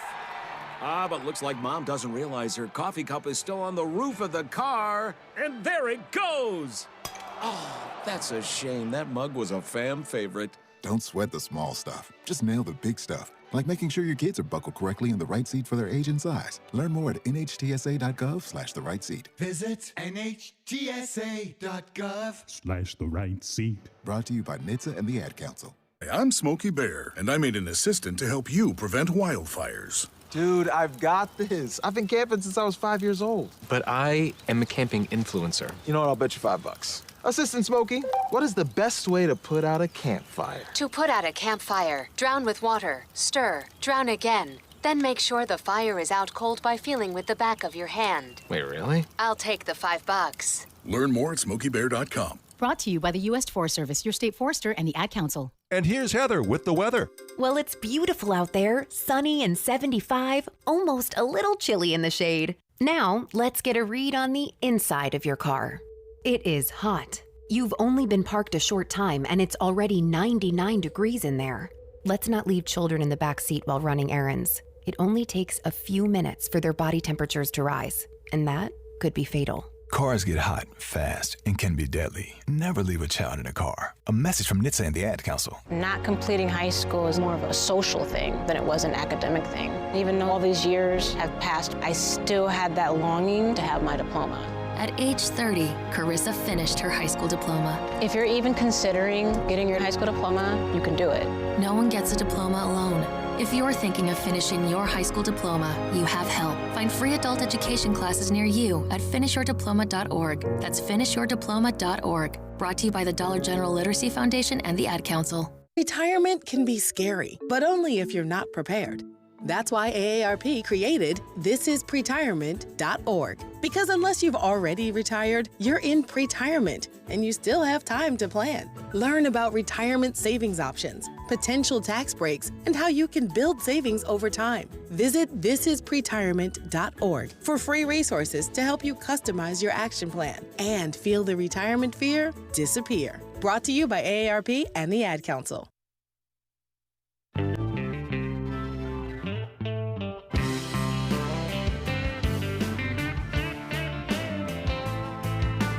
Welcome back to it. Todd Starnes radio program for a Tuesday. Today, the pregame show for the State of the Union 2026. That's what we're deeming the program today. Andy Hooser sitting in. I want to hear from you at 901-260-5926. By the way, speaking of the DHS funding, ICE reforms, the push now of the radicalized ones where they've let the cat out of the bag. First, they were just like, oh, let's just do some basic reforms. So now we're not settling for anything less than the complete abolishment of ICE and the reform of DHS altogether. And if you don't, it's Republicans' fault for not getting on board with us. The real reason for compromise, right? That's how we hear compromise in today's terms.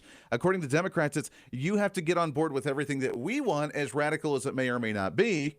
And if you don't, then you're not bipartisan. You're not working and willing to reach across the aisle. I'm sorry. I don't want to reach across the aisle to absolute lunacy. But the cat's out of the bag, and now the radicals have hijacked the Democrat Party, advocating for the abolishment of ICE. We have to abolish ICE. We have to abolish the Customs and Border Patrol in the way that they currently exist and replace them with something that actually does the work that we need for them to do. What work is that, by the way? At holding. I don't know what he means there. Doing their job. They're rounding up people that are illegal, and specifically that have broken the law, that are criminals beyond just becoming an illegal alien, and then deporting them. I don't know what else that they're supposed to be doing. That's kind of strange. By the way, I don't know if you've seen, but Ilhan Omar is not very happy. She apparently went to go and try and visit a detention facility from ICE before people were deported in Minneapolis, and by the time they showed up, they had already shipped out and deported everybody that was at that detention facility. No, we gave notice 8 days ago. We got confirmation yesterday that we were going to be allowed in, and the last detainee was taken out at 11:30 a.m., 30 minutes before we were set to arrive. What about the children who are released in T-shirts on Wednesday? And we also did ask, you know, how many people came through today. Which is why it felt convenient that no one was there. They said 10 when we first got there, and 10 were gone. And then they said there were another 5. So apparently they went to go visit them. Of course, the victims of the totalitarian, authoritarian regime of the Trump administration and the Gestapo of the Trump administration, meaning ICE, that they went to go visit the victims of our society in these detention facilities to tell them everything's okay and that we will protect you and do what we can to try and keep you in society as criminal people that were breaking the law and causing harm in the streets. We want to showcase you. And by the time they got there, all of them were gone and they got nothing more than to visit an empty cell. Well done, Trump administration. The trolling continues and they're not very happy about it. Lots more coming up. Stay here.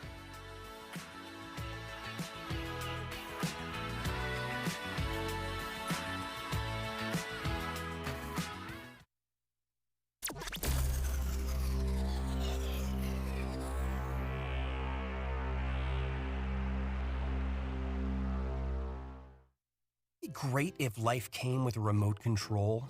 You know, you could hit pause when you needed to, or hit rewind, like that time you knocked down that wasp's nest. Uh-oh. Or that time you forgot to roll up your windows in the car wash. Fantastic. Yeah, a remote control would have come in handy then. Well, life doesn't always give you time to change the outcome, but prediabetes does. With early diagnosis and a few healthy changes like managing your weight, getting active, stopping smoking, and eating healthier, you can stop prediabetes before it leads to type 2 diabetes. It's easy to learn your risk. Take the 1-minute test today at doihaveprediabetes.org. Life doesn't come with a remote control. Yikes! So you're on your own with the wasps. You have the power to take control of prediabetes. Visit doihaveprediabetes.org today. That's doihaveprediabetes.org. Brought to you by the Ad Council and its Prediabetes Awareness Partners.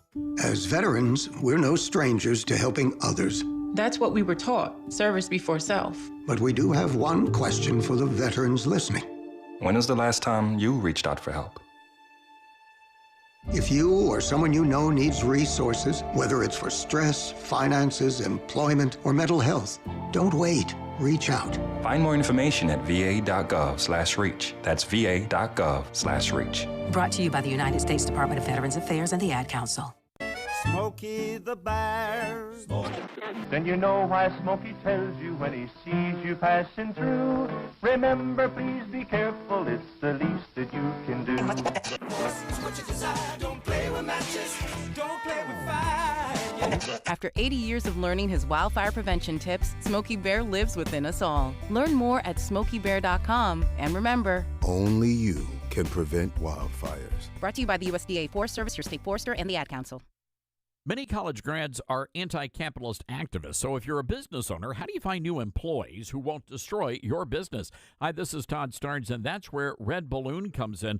They're America's #1 pro-freedom job board, and they're shaking up the hiring world by focusing on values and mission-aligned talent. Now, there are 2 ways Red Balloon can help. You can post your job on their national job board. Over 20,000 people visit every week. Or you can hire Red Balloon Recruiter for a more customized talent search. Now, the Recruiter team is really fantastic. They start by learning your workplace culture and writing a custom job posting, and then they source and screen candidates from their national database.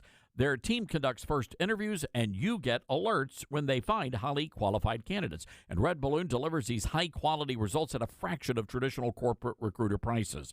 People are saying Red Balloon is a game changer. So check them out today, redballoon.work. Use the promo code STARNS and save $100 on Recruiter. As veterans, we're no strangers to helping others. It's what we were taught, trained, and told to do. It could be for anything. Helping a friend move. Listening to a fellow veteran for hours, at any hour of the day. Or just simply making time for people. A neighbor, a loved one, or even a stranger. We're often the first to help others. There's no question about it. But we do have one question for the veterans listening. When was the last time you reached out for help? Perhaps it's time to do for yourself what you would do for others. If you or someone you know needs resources, whether it's for stress, finances, employment, or mental health, don't wait. Reach out. Find more information at va.gov/reach. That's va.gov/reach. Brought to you by the United States Department of Veterans Affairs and the Ad Council. I learned patience from my adoptive dad. All he had to say was, "Hey, you got this. Just breathe." Hey, we're pretty good. Yeah. Might have to start a band. I got it. Learn about adopting a teen from foster care. You can't imagine the reward. Visit adoptuskids.org to find out more. This message is brought to you by Adopt US Kids, the U.S. Department of Health and Human Services, and the Ad Council. Now more than ever, it's important to support companies and organizations that share our values. Patriot Mobile not only shares our beliefs, but they actually do something about it. America's only conservative Christian wireless carrier. And they donate a portion of every dollar to organizations that fight for causes you care about. Switch to Patriot Mobile now and use the promo code TODD to get free activation and a free gift. Veterans and first responders save even more. Go to patriotmobile.com/Todd or call 972-PATRIOT. That's 972-PATRIOT.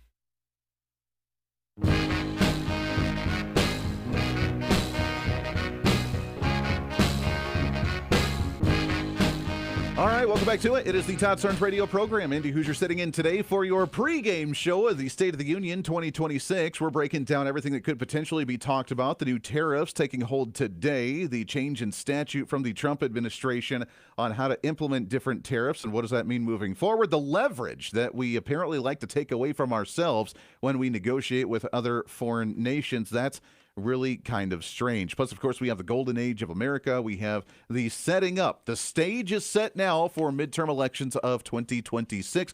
Plenty of things covering and going on right now. The partial government shutdown from the DHS funding and, of course, the lack of movement from Congress on codifying the Trump agenda, the SAVE Act, and more. What the heck is this world going into? The chaos and anarchy and shenanigans, as Joe Biden would say, the malarkey in society. But I want to talk about some of this and more with our next guest on the program as we go to our Patriot Mobile Newsmaker hotlines here on the Todd Starnes Radio program. He's a regular guest here on the show as a Republican strategist, a regular guest on Newsmax, focusing on different legislative affairs, campaigns, and so much more. Really happy to have on here Mr. Josh Jones. Josh, how are you, my friend?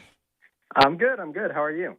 Hey, doing great. Appreciate you jumping on with us here on the Todd Starnes Radio Show. I got to ask you, man, speculation for the State of the Union tonight, the 250th birthday of the nation, at least probably one of the most patriotic years of a State of the Union that we could potentially hear about. What could we expect tonight from Donald Trump? Look, I mean, I think it's going to cover a lot of different talking points, but I think you're going to see a particular focus from the president on foreign affairs. I mean, between with Venezuela, what's happening in Mexico, with tariffs, Greenland, the Board of Peace, the president has really been putting his foreign policy agenda forward, and much to the credit of Marco Rubio as well. So I think you're going to see a lot of foreign affairs covered tonight, along with, it was just announced a couple of hours ago that Erica Kirk is going to be there, and some other special guests. So I think it's going to be a pretty wide discussion. Yeah, it's going to be a wide discussion. You mentioned the foreign policy. You're right. I think there will be a large chunk of this speech that will focus on foreign policy, which is almost controversial in itself because when Donald Trump really started paying attention to a lot of foreign policy issues that's needed, I mean, that's kind of the world that we live in today is how we relate to other nations and whether we have a lot of threats or whether we have strong allies and trade policy and so on and so forth. But, you know, the ones that have tried to breach the MAGA movement and stray away from the MAGA movement, like the Marjorie Taylor Greens and others that said we're focusing too much on foreign policy. Is that going to cause an issue tonight, do you think? Look, I mean, I think 99% of Republicans are unified on this front. Look, Trump has been consistent going back to 2016 to now. It's always been about America first. And sometimes America first means supporting Israel or supporting our allies overseas or taking out drug cartels in Venezuela. So, look, America first also means a lot of different things to a lot of different people. But at its core, it's putting America's national interest first, whether that's here domestically or overseas. Yeah, there's a faction of the Republican Party that disagrees with that. But look, that's honestly just gives us credit to the fact that we are a big tent party and we have a lot of different viewpoints within the party. And it's healthy to debate those. And then, we move forward together as a team. Yeah, that's a great point. How awkward is it going to be for Donald Trump to be staring at the front row with the Supreme Court justices after railing on them last week for having foreign interests and not abiding by the Constitution? Now, they did give him guidelines on how to change the statute on the tariff policy. We are seeing the global tariff come in at 10% starting today until he changes those statutes. But what do you think he's going to do as he directs an attack towards Supreme Court justices sitting in the front row tonight? Look, we one thing I think a lot of us credit Donald Trump with, and also can get him into trouble sometimes, and I think he would admit that himself, is he speaks his mind, which is refreshing in a lot of ways, but also can get him into some trouble. So we'll see. If he mentions the Supreme Court justices, honestly, I don't know what he would say, but it'd be a fun one to watch.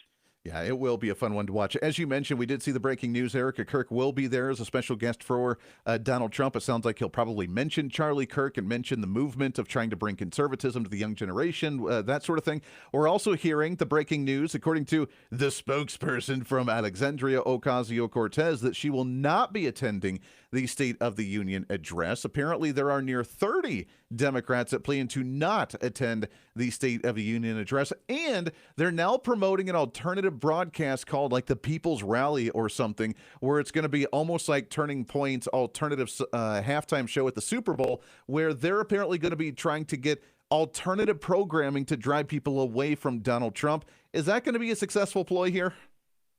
I don't think so. I think they're just going to be speaking to the same people that are already on their side. Look, when you're elected to Congress, you're there to represent, roughly speaking, 750,000 constituents. So at the end of the day, whether your party's in power and you agree with the president or you don't, you should be in the room at least listening to the agenda that the president's laying out. And look, you're more than welcome to disagree and voice your concerns, but to go off and kind of do this sideshow that frankly no one's going to watch. I mean, good for them, I guess, but no one cares, frankly. Yeah, it's not going to make a whole lot of difference. Like you said, unless it's just their echo chamber that they're going to have. We're talking with Josh Jones, a Republican strategist. You can find him on the Tweety or on X at Josh Jones DC. Let's focus on for just a moment. What do you think the message is going to be from Donald Trump to members of Congress? And by that, I mean Republican leaders in Congress that for a year, outside of passing the one big beautiful bill, really haven't seen a lot of action. We haven't seen the codifying of the Trump agenda. We haven't seen the passage of the SAVE Act. We still have a partial government shutdown with Homeland Security funding in limbo right now after allowing Democrats to separate that funding from the rest of the appropriations process. Is he going to be stern with Republicans to pretty much say, hey, if you want to win in the midterm elections coming up in November, let's get on the roll and let's start getting some things done here? Yeah, you're hitting the nail on the head. I hope that's what he does, frankly, because, look, I'm a Republican. Don't get me wrong. Heck, I work with some of these Republican Congress people on the political side of things and helping them with their campaigns. But, look, if we don't do anything once we're elected, if we can't govern and get bills across the through Congress and onto the president's desk, then what are we doing? So I hope the president does hold Congress accountable because Democrats are on the march as it comes to midterms. Look, their message is Donald Trump, and that's what they're going to use to drive their base to the polls. I'm not saying that's obviously something I agree with, but that's what they're going to do. And it's going to get their voters to come out. And Republicans have to give a reason for their voters to come out and vote, too. And if they feel like they're not getting anything done in D.C., they're not going to rehire them. I hope Trump holds Congress accountable tonight. Yeah. Do you think he's going to call for the end of the filibuster in the Senate? Look, that'd be a testy one. I don't know one way or another because I think there are a lot of those more traditional conservatives in the Senate that have a lot of that I hear a lot to the traditions and the institution of the Senate. So look, that'd be a controversial one if he did bring it up. But who knows? I mean, it's definitely possible. Yeah, that would be interesting. Let's for a minute, let's shift gears. Let's go down to Mexico for a moment. The civil war that's taking place right now, the cartels that are lashing out after the killing of the cartel leader and his son, and the president down there feeling the pressure. The headline we've seen is abiding by the Trump admin or abiding to the cartels. This has been something that's, in my opinion, been long in coming for a while now, with the cartels finally starting to rise up and essentially purging ourselves of that type of insanity down in that area. Are we seeing the cleansing, and I say that loosely for the people that are like, Donald Trump wants a cleansing, but are we seeing a cleansing of evil in our Western Hemisphere after the arrest of Nicolas Maduro, the pressure we're putting on Cuba, and now, in my opinion, the pressure that President Trump has put on the nation of Mexico to expose a lot of these cartels to where we could finally, it's going to get brutal for a while, but if we can cleanse this, are we on the track to actually clean up our Western Hemisphere?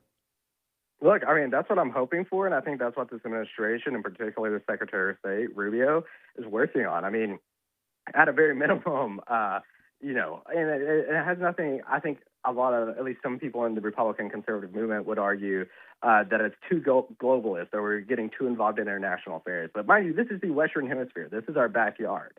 If we can't secure our border and our backyard as it relates to cartels and drugs coming into our country, then we have a big problem on our hands. So I think you are seeing a big push from the president and his administration to, and this goes back to securing the border, but to exercise our influence into our hemisphere, frankly, and taking out these drug operations. And look, it's going to save American lives in the long term.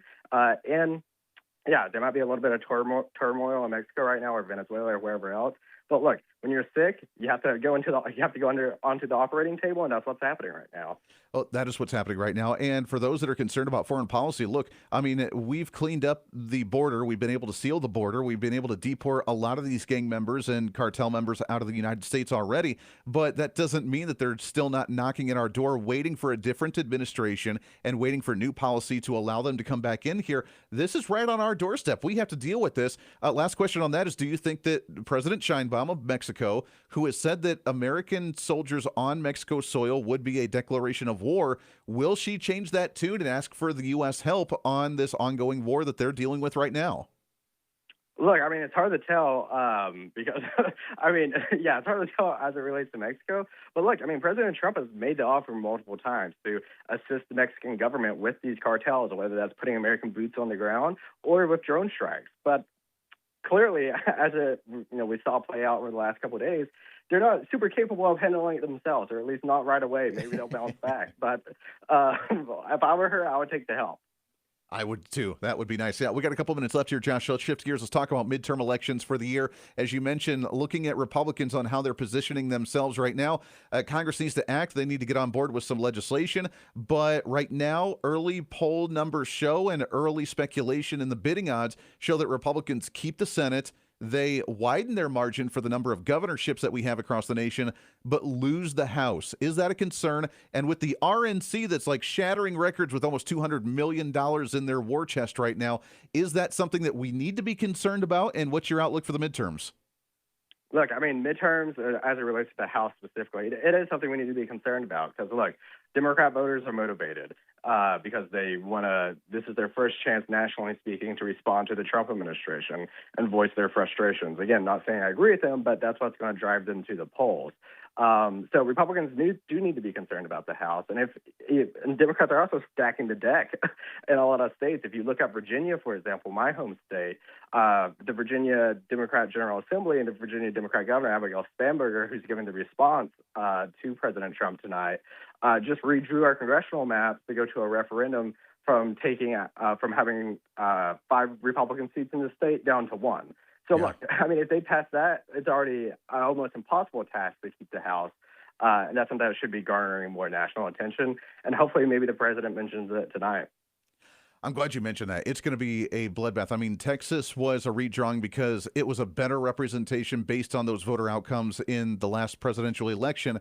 California didn't like that. They're redrawing, like you mentioned, Virginia. I mean, this is going to be a mess. And now we have other states that just don't want to do. I'm from Kansas, and we didn't want to redraw our lines, even though it would only help with 1 seat. But it made sense to do so. And now we're in this battle of gerrymandering, and it's only going to benefit Democrats. Why? Because it's benefited them for every time that they've drawn lines, because they really, really enjoy their gerrymandering. Josh, last question for you, and I appreciate your time. The biggest question of the day is for the State of the Union tonight after the announcement from the end of last week.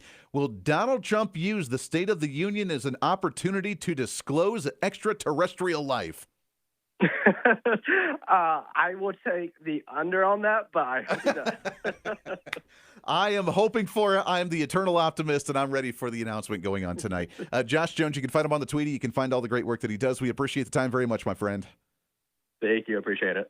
Hey, you bet. Again, Josh Jones right there on the Patriot Mobile Newsmaker Hotline. Great conversation and what we could look out for with the pregame show here of the State of the Union 2026. Got to take a break. We'll take your phone calls when we come back at 901-260-5926. Andy Hooser sitting in for the Todd Starnes radio program.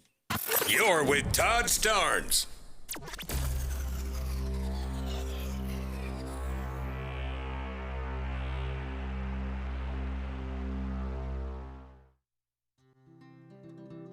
Balance of Nature's fruits and veggies and fiber and spice supplements. Our ingredients are 16 whole fruits, 15 whole vegetables, 4 powerful fibers, and 12 aromatic spices. It's one irresistible combo. Oh, I have a friend, Julia, who has taken a Balance of Nature now for quite some time, and she said, "Oh, Becky, ask your doctor about taking Balance of Nature." So I talked to my doctor about it, and she said, "Oh, try it." Start your journey with Balance of Nature supplements today. Call 1-800-246-8751 or go to balanceofnature.com and sign up as a new preferred customer to get 35% off your first preferred set with free shipping and our money-back guarantee. That's 1-800-246-8751. Don't wait. Now's the time to take action. Go to balanceofnature.com or call 1-800-246-8751 and get this special offer by using discount code Todd. From director Sean McNamara comes Soul on Fire, based on a true story. They said you had no chance, but here you are. Starring Joel Courtney, John Corbett, Stephanie Shostak, Macy McLean, with Devon Franklin and William H. Macy. If you focus exactly on loving the life that you're living right now, and not the life that you think you could have had or should have had, that's the whole deal right there. Soul on Fire, rated PG. Parental guidance suggested. Now playing. For tickets, go to soulonfiremovie.com. At a time when technology is often used to distort the truth, there's a new tool that's actually getting it right. My Faith Assistant is a Bible-based AI designed to help you understand God's Word and grow spiritually. Unlike generic AI tools that give vague or unbiblical answers, My Faith Assistant is anchored in Scripture, built on seminary-level resources, and shaped by more than 50 years of trusted teaching from Dr. Michael Youssef. And it's free, no login required. Try it today at myfaithassistant.com. Balance of Nature's fruits and veggies supplements, changing the world one life at a time. I'm a 70-year-old man.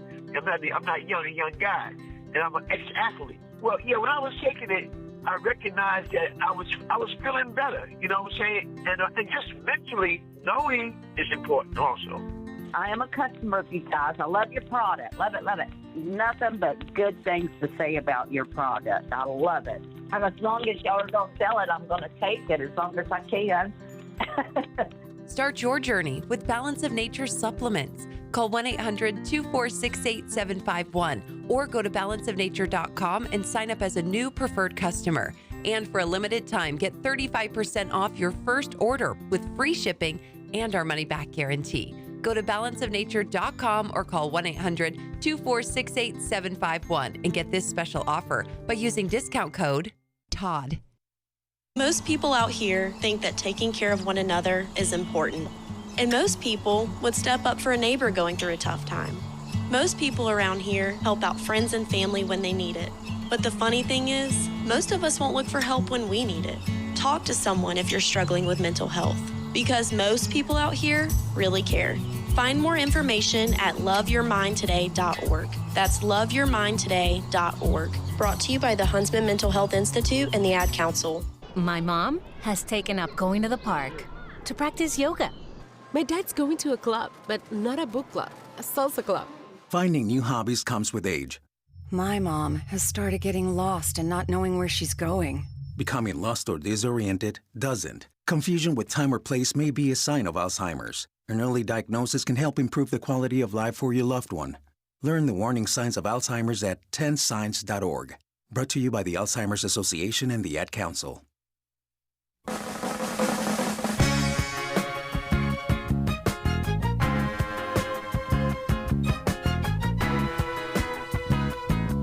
Welcome back to it. Todd Starnes Radio program. Getting ready to wrap up this hour of the program. 901-260-5926. Let's jump right to the calls here, shall we? And let's go to John, listening on the great flagship of Todd at KWAM.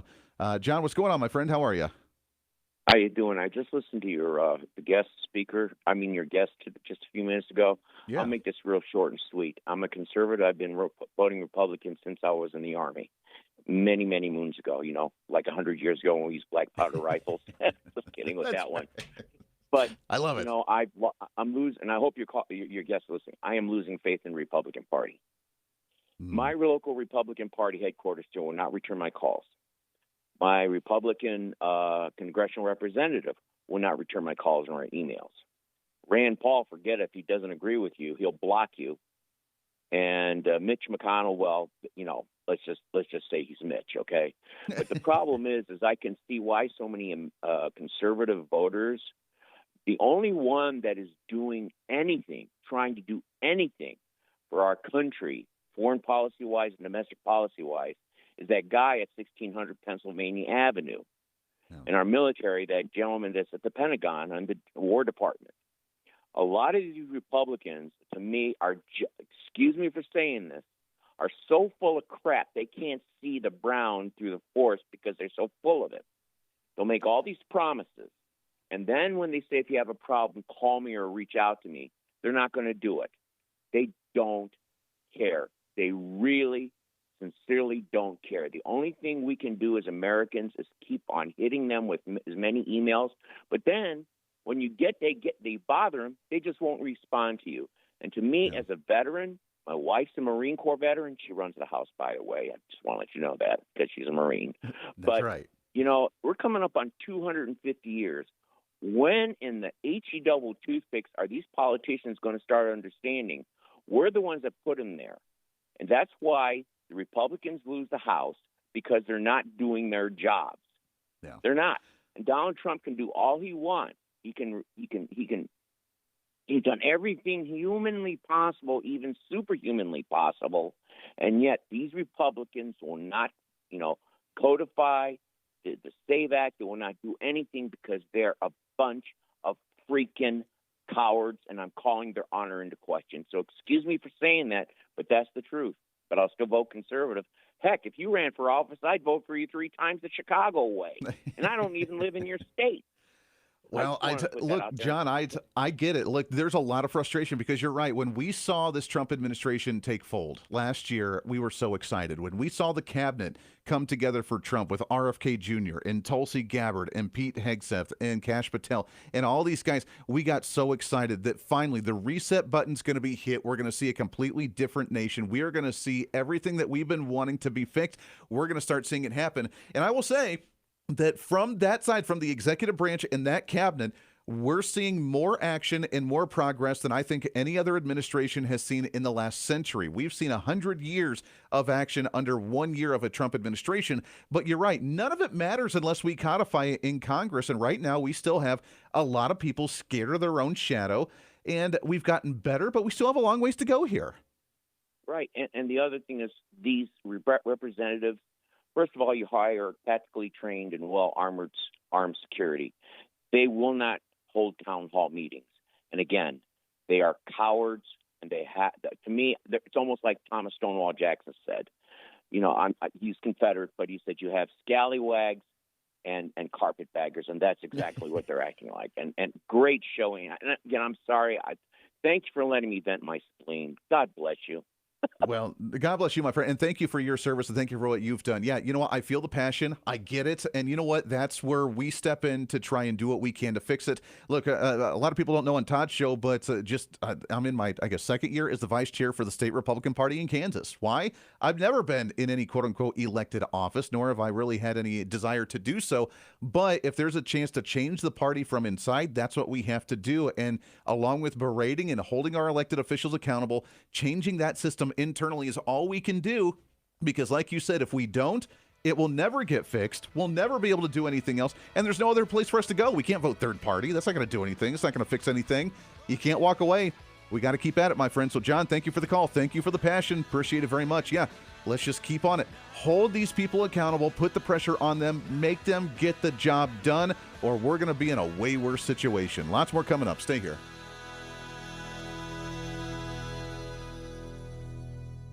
Hey, Todd Starnes here. Every day, Americans make choices that shape our country's future, right down to which cell phone provider we support. Now, here's what a lot of people don't realize. Patriot Mobile is not just a wireless provider. They're an activist organization funded by selling top-tier cell phone service, and they've been on the front lines defending our freedom long before it was cool, standing in the gap when others would not.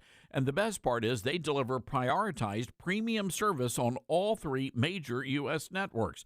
When you switch to Patriot Mobile, you help grow a movement that fuels the Christian conservative cause.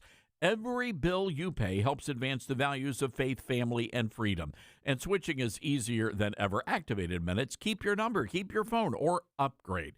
Take a stand today. Go to patriotmobile.com/Todd or call 972-PATRIOT. Use promo code Todd for a free month of service. That's patriotmobile.com/Todd. Call 972-PATRIOT. Make the switch today. Mama, what does the chicken say? Chicken. Oh, okay. And wolf? Oh, a wolf. Ooh! What about the tiny dog? Cat? Owl? Dolphin? What does the turkey say? Whale? Yeah, whale sound. Do the giraffe. Giraffe, really? Okay. Giraffe. You're not going to get it all right. Just make sure you nail the big stuff, like making sure your kids are buckled correctly in the right seat for their age and size. Get it right. Visit NHTSA.gov/the right seat. Brought to you by the National Highway Traffic Safety Administration and the Ad Council.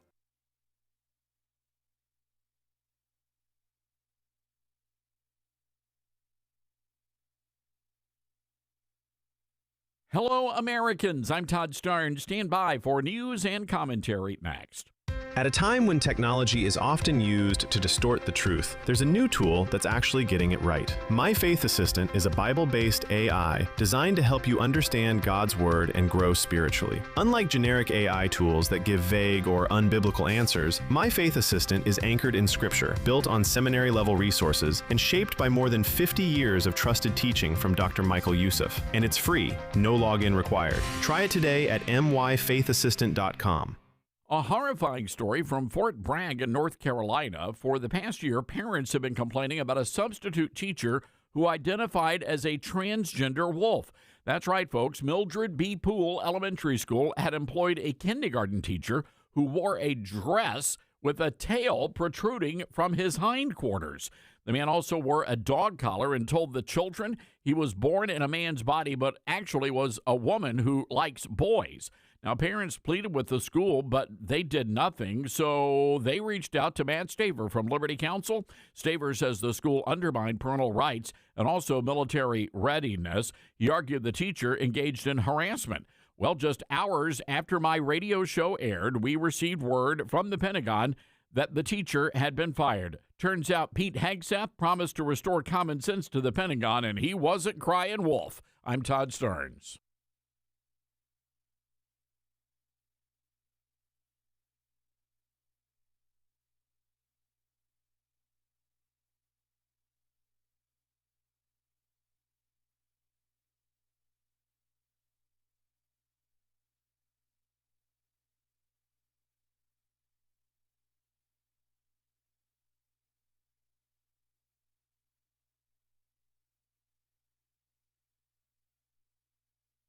The Todd Starnes Show begins in 4 minutes.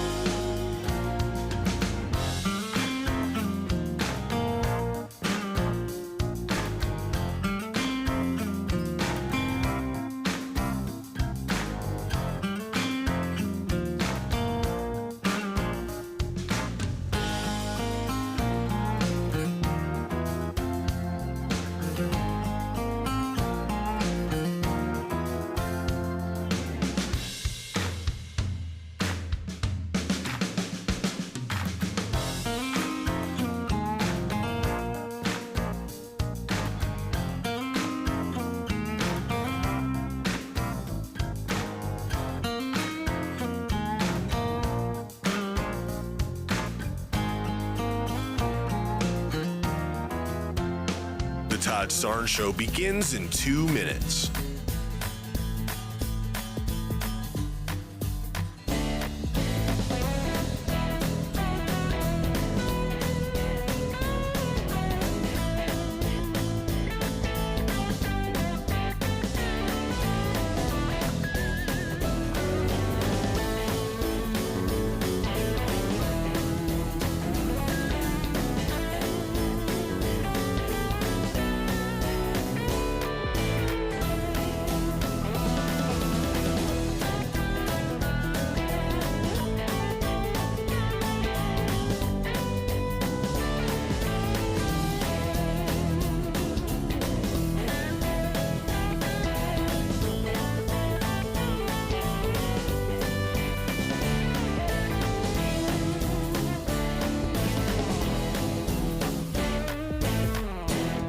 Todd Starnes Show begins in 1 minute.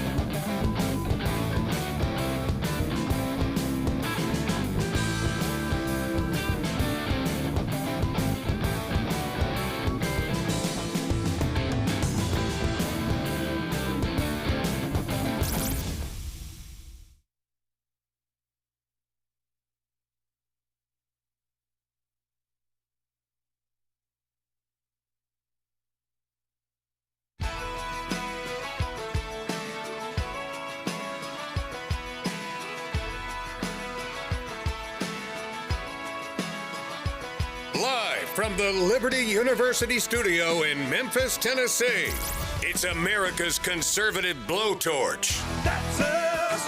That's right. I love this American ride. Todd Starnes. Oh, yeah. Hello, Americans. I'm Todd Starnes, and welcome to the Todd Starnes Radio Show. Hope you're having a great day. It is going to be jam-packed State of the Union tonight. But I am not here. Today, I am on my way to Houston, where I'll be talking to great Republican ladies and also visiting with our terrific affiliate, Patriot Talk 920 in Houston. In the meantime, today, you're going to be blessed. We've got our good friend Andy Hooser from the Big Talker in Wichita, KQAM, our affiliate in the Heartland. And Andy's going to do a great job today bringing us up to speed on what's happening, and also, of course, the big State of the Union address tonight in Washington. Ladies and gentlemen, Andy Hooser. Oh, man, what an introduction that is, Todd. Thank you so much for that, and thank you for allowing us to sit in this seat, moving that Liberty University studios out here to Wichita, Kansas, my flagship station, the Big Talker KQAM, and a great, great affiliate of the Todd Starnes radio program. We love doing it, and what a day to do it as well. The 250th birthday of this nation this year, and the State of the Union address to address the most patriotic State of the Union, at least of our lifetime, I think that we can have, of the 250th. Well, I take that back. I guess 50 years ago, people could have said, we got the 200th. So I guess that's cool. But this is the 250th birthday of this nation, and I cannot imagine the kind of patriotism that we're expected to see at that State of the Union tonight. Caroline Levitt, she said that that's what we get to expect as well, and I cannot wait for that. He is going to share the stories of great American heroes who exemplify bravery and the spirit of 1776. And the president is, of course, going to tout his administration's record-setting accomplishments over the past year, while laying out an ambitious agenda to continue making the American dream more attainable and affordable for working class people across the country. It's going to be a great speech. There will be some tear-jerking moments, as there was last year, in addition to some moments of levity. And so we hope everybody will tune in. I cannot wait for that one, and it'll be a fun one. What kind of tear-jerking moments could we expect to hear from President Donald Trump tonight? I want to hear from you at 901-260-5926, 901-260-5926. 5926. We'll do some speculation. We've kind of set our bingo card throughout the program today on the drinking game of adult beverage of choice or your sweet tea that you can enjoy for your shots tonight during the State of the Union address, and we'll get to some of that in just a little bit. Before we do, though, I want to shift gears, though, and I got to give a shout-out and our thoughts out to everybody on the East Coast with the dumping of the snow that we've seen out there. I was not aware, and Dylan, did you know this? I was not aware of the number one reason for heart attacks in the nation is apparently people shoveling snow. Oh, yes. I recently figured that out. My wife told me. And that was, Really? I did not know that.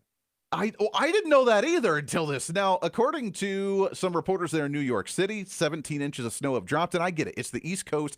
I grew up originally in Ohio. I'm in Kansas now, but I grew up in Ohio originally. I was near the Toledo, Ohio, northwest corner of the state. I was right by Lake Erie, so we had that lake effect. So the snow was very wet. It was very heavy. It was a ridiculous pain in the butt to try and shovel. So I get it. I get that, but I was not aware that shoveling snow was the number one reason for heart attacks. That kind of blew my mind when I heard that stat.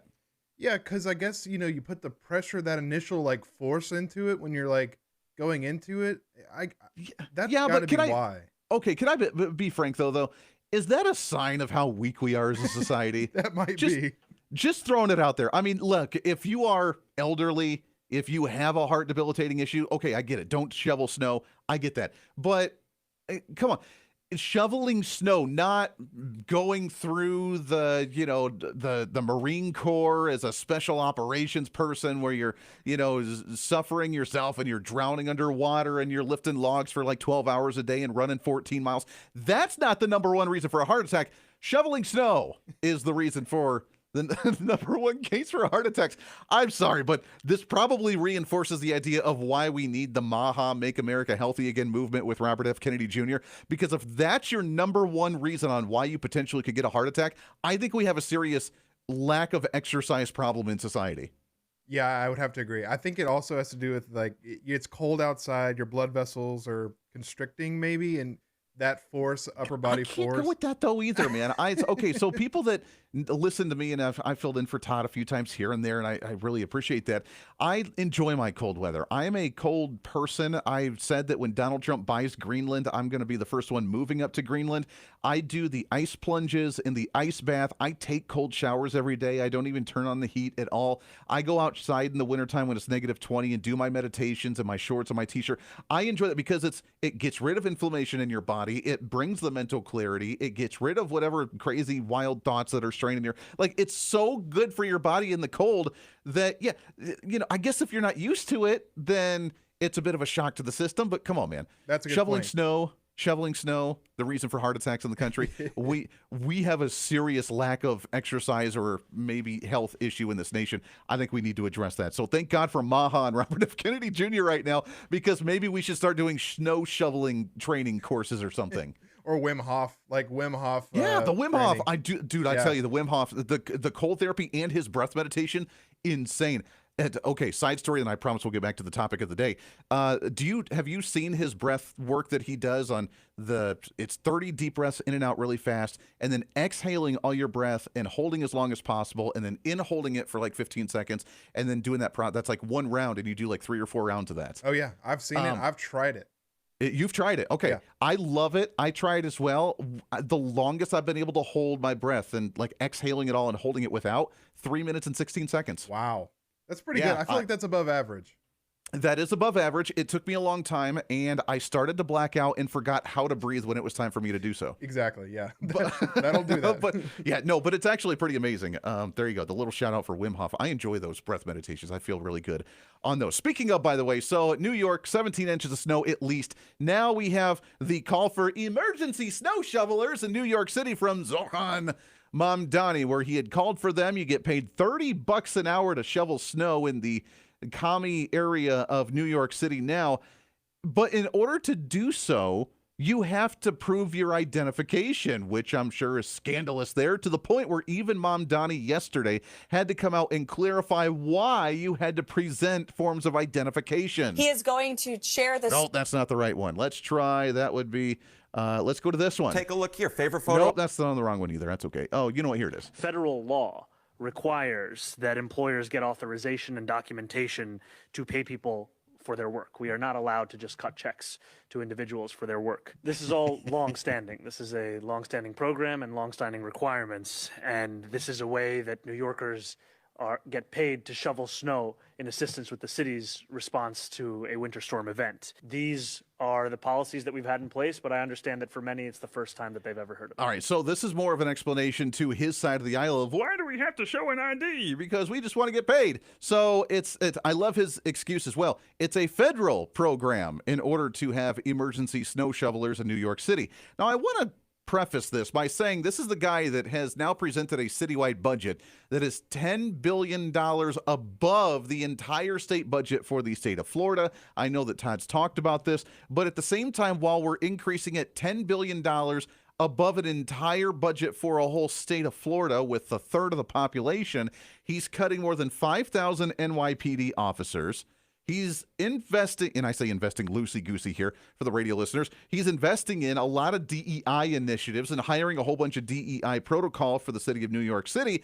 But now we don't apparently pick up trash. We had a whole bunch of people in the last round of the snowstorm that have had their power cut off, their gas cut off, people dying because they didn't have any warmth in any fashion. And now they're so desperate for basic functioning governmental issues, you got to hire emergency snow shovelers at $30 an hour for them to present their IDs. I don't know, maybe it's just me. I find that kind of ironic. I think that's kind of funny. Well, you got to show your ID in order to do this, and the fact that they can't do it themselves because government is in such disarray with a budget that you would think you'd have plenty of government workers in order to shovel snow. You can't do that now. But now the SAVE Act is being looked at in kind of hush-hush from the other side of the aisle, because if you have to show forms of identification to shovel snow, then you probably need it just for basic voter ID as well. And even though he says federal law requires federal law. The federal government, if you want to go to the Constitution gives two stipulations for you to be able to vote. And that is a U.S. citizen and you abide by the jurisdiction thereof, meaning you follow the rules of the country. And if you do those two things, then you have the right to vote in this nation, because now you just have to prove it. You're not in jail, so you kind of prove the fact that you're following the jurisdiction thereof, and you have to prove that you are a U.S. citizen. That's not really that complicated of a matter, and I don't know if it's intentionally being dense or if they truly just don't have that aha light bulb moment popping on, as Bernie Sanders was on a podcast and said this. Some geniuses think that before you can, maybe I have it wrong here, register to vote, you need a passport or your birth certificate. Do you have a passport or your birth certificate? At the moment? Do you? I do. I have, but millions of people don't. I don't have my birth certificate. God knows how I get it. I don't know how to do it. I don't even know how to get it. You're an elected official, bro. Now, again, this is either being intentionally dense and dumb, or you're just doing it to try and prove a point, which kind of got shot down when the female that's interviewing you right now, it says, yeah, I actually have my birth certificate. Well, a lot of people don't. A lot of people don't know how to even get it. You're an elected official, bro. You go to the courts and you go to, hey, this is the place where I was born. This is the county I was born. I'm going to go to the courthouse. They have it digitized. Hey, can I get a birth certificate, please? It's really not that difficult. Dylan, do you think they're being intentionally dense here, or is this trying to prove a political point? Yeah, no, I think or they really just not get it. I think they're being intentional about this, because most people, if you look at them, it's pretty obvious how to get these things. It's not as hard as they say it is hard. I think they're just trying to prove a point or something, and it's not really working. Except, on my side, it's not really working. It's not landing as hard. Yeah, it's not landing. They're trying desperately. Now, remember, when we brought up voter ID laws years ago, and I want to say 5, 10 years ago, whatever it was, and we brought up the idea of voter ID laws, they were very open about their policy here, which was that minority communities, that poll people and black people were just too poor and too stupid to know how to get an ID. And now they've expanded that apparently to women, because women are too poor and too stupid to figure out where to get your birth certificate and the documentation that you have to prove that you actually changed your name throughout marriages or divorces or anything else. Like, that apparently is something that we don't do in society when we purchase a vehicle, we apply for a credit card, we put our name on a mortgage, we do anything else in society when we prove that this was my name before, this is my name now, and I prove that based on this documentation. Apparently, when it comes to voting, we're too poor and too stupid to figure it out. And that's literally the argument of the Democrat Party. They're just trying to say it in a little more laxated way of, we don't know how to get our birth certificate. Come on, man. I'm telling you, Donald Trump during the State of the Union tonight, I really hope he brings up the SAVE Act. He's got to mention this and push it out and call on Democrats and call them out for it. Because right now, Democrats are saying the most derogatory, ridiculous comments about people not being able to keep their identification proper and their forms of documents to prove who they are, when the vast majority of every demographic, men, women, white people, Hispanic people, black people, Republican people, Democrat people, everybody overwhelmingly says they support the idea of voter IDs. This, according to even the latest report from CNN. Take a look here. Favorite photo ID to vote. 85% of white people favor it. 82% of Latino. 76% of black Americans favor it. So the bottom line is this. Voter ID is not controversial in this country. A photo ID to vote is not controversial in this country. It is not controversial by party, and it is not controversial by race. The vast majority of Americans agree with Nicki Minaj that, in fact, you should have a photo ID to be able to vote. So I don't know why they bring up Nicki Minaj. Dylan, when did Nicki Minaj become the beacon of iconic policymaking in this country? It feels like recently, like not that long ago, but I'm all for it. It's kind of funny. Between Nicki Minaj and who was the other guy beforehand that just kind of went off the rails? I mean, we look at these weird rappers and celebrities that apparently they propped are now up Kanye. That's it. Kanye ago. West. Yeah, that guy. That was the greatest supporter of Donald Trump, and then he went off and his weird tangent. Now he's apologizing for stuff. Like we live in a strange timeline right now, and I'm going to stick with that one. But this shows how out of touch Democrats are, not only for the State of the Union tonight, but also for the midterm season going into 2026. We're speculated to lose to Democrats in the House of Representatives when Democrats don't want to pass voter ID law, when 78% of Democrat voters in this country support it, 95% of Republicans support it, along with these demographics of even the identity politics. 85% of whites, 82% of Hispanics, 76% of black individuals support the idea of voter ID, and they're calling it Jim Crow Laws 2.0. Donald Trump's got to call that out tonight. He's got to call out that in the State of the Union, and I hope he does, because they are so out of touch with reality. It's kind of funny, but it would be more funny if they weren't actually in charge holding things up in Washington, D.C. Your thoughts on all this? 901-260-5926, 901-260-5926. Andy Hooser sitting in for the great Todd Starnes on the Todd Starnes radio program. Triggering microaggressions from coast to coast. You're listening to Todd Starnes.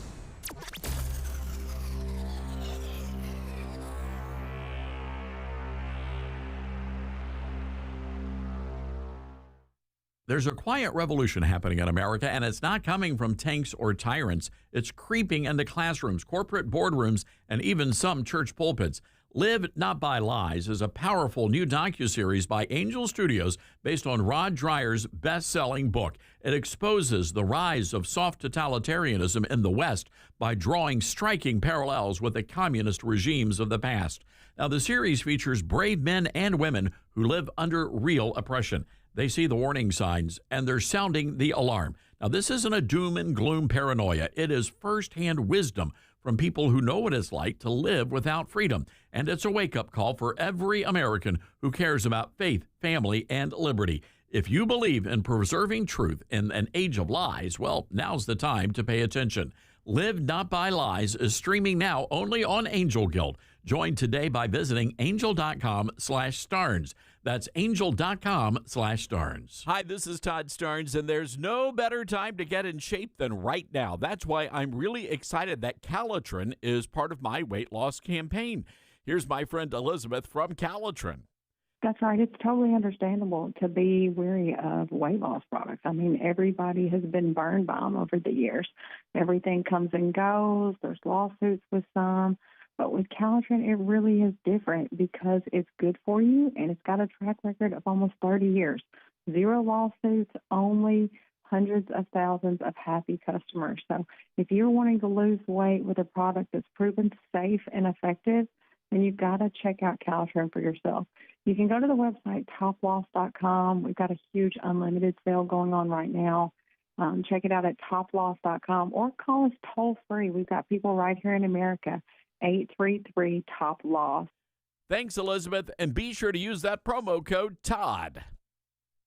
Let's see, if something costs less, but people are happier with it, that sounds like something to look into, and that is MediShare. Maybe you've heard switching to MediShare to pay for healthcare can save many families up to $500 a month, and that is huge. But it's also true that people are way more satisfied after making the switch, too. The member satisfaction rate for MediShare is double that of the typical health insurance plan.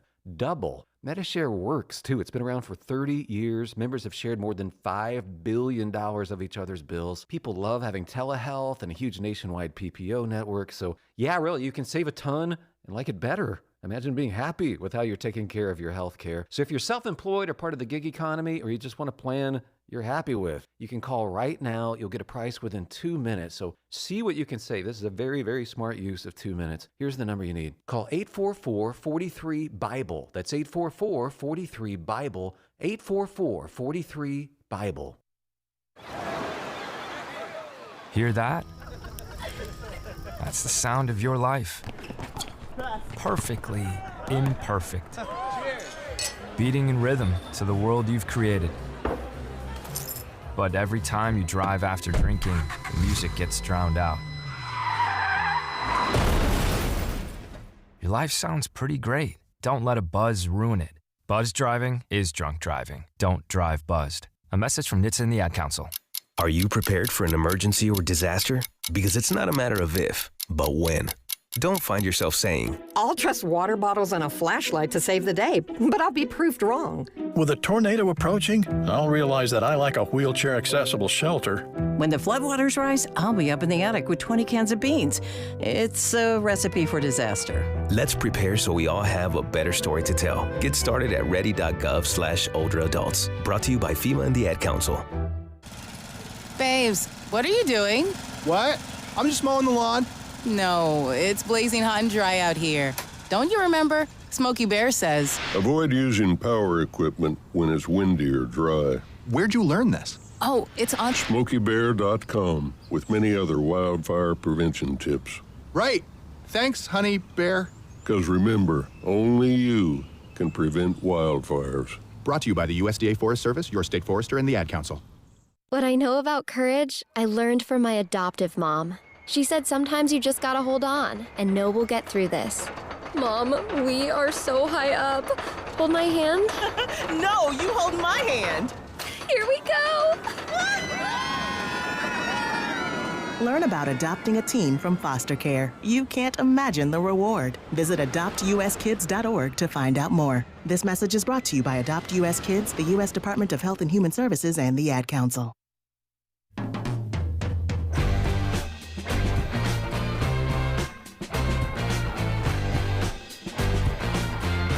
Welcome back to it. It is the Todd Starnes radio program. Hey, I want to tell you about our friends over at MyPillow and Mike Lindell. As you know, great partners with us here on the Todd Starnes radio show. And Mike Lindell and MyPillow employees want to say thank you for your great support over the past year, making 2026 now going to be the best year yet. And as a thank you to the listeners right here on the Todd Starnes radio show, MyPillow is exclusively offering free shipping on your entire order at a wholesale pricing. How crazy is that?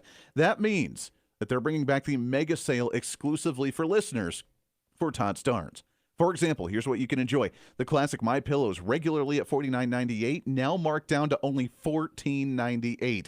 Also, turn any mattress into the best mattress with the made in the USA My Pillow My Mattress Topper and save up to $100. Get a set of My Pillow Giza Dream Sheets for as low as $29.98 and the 6-pack towels for only $34.98.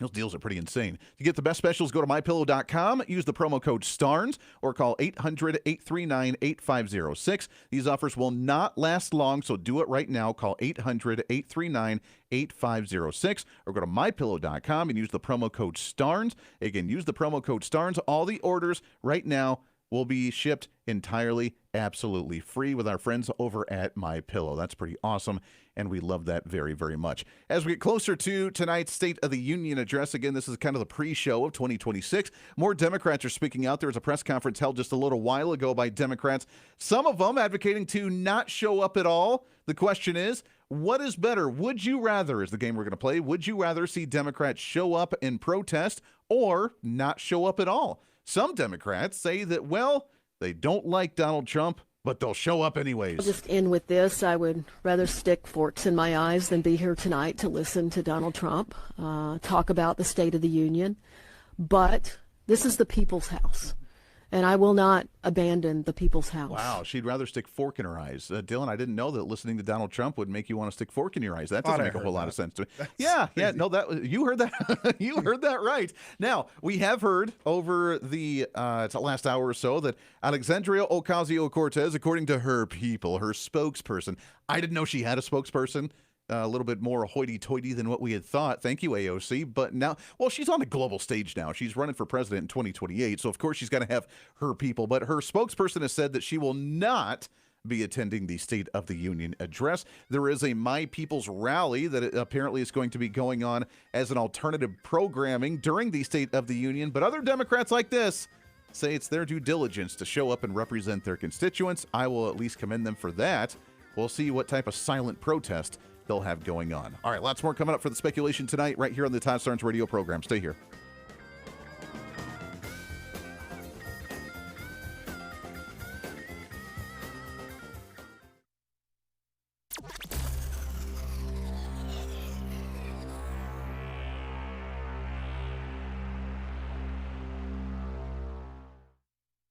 You said you'd never buy your kid candy from the checkout aisle. Or forget extra diapers. And never give in to a meltdown. You'd never lick your thumb to clean their face. Never let them have too much screen time. And never bribe them for just one more bite. You say you'd never let them out in public without their hair brushed. Never, ever become a minivan mom. And you'd never give them your phone for a quiet dinner. Calling boss work phone. So when you say you'd never leave your child in a hot car, no, it can happen. Cars get hot fast, and kids can be at risk in temperatures as low as 60 degrees Fahrenheit. Never happens.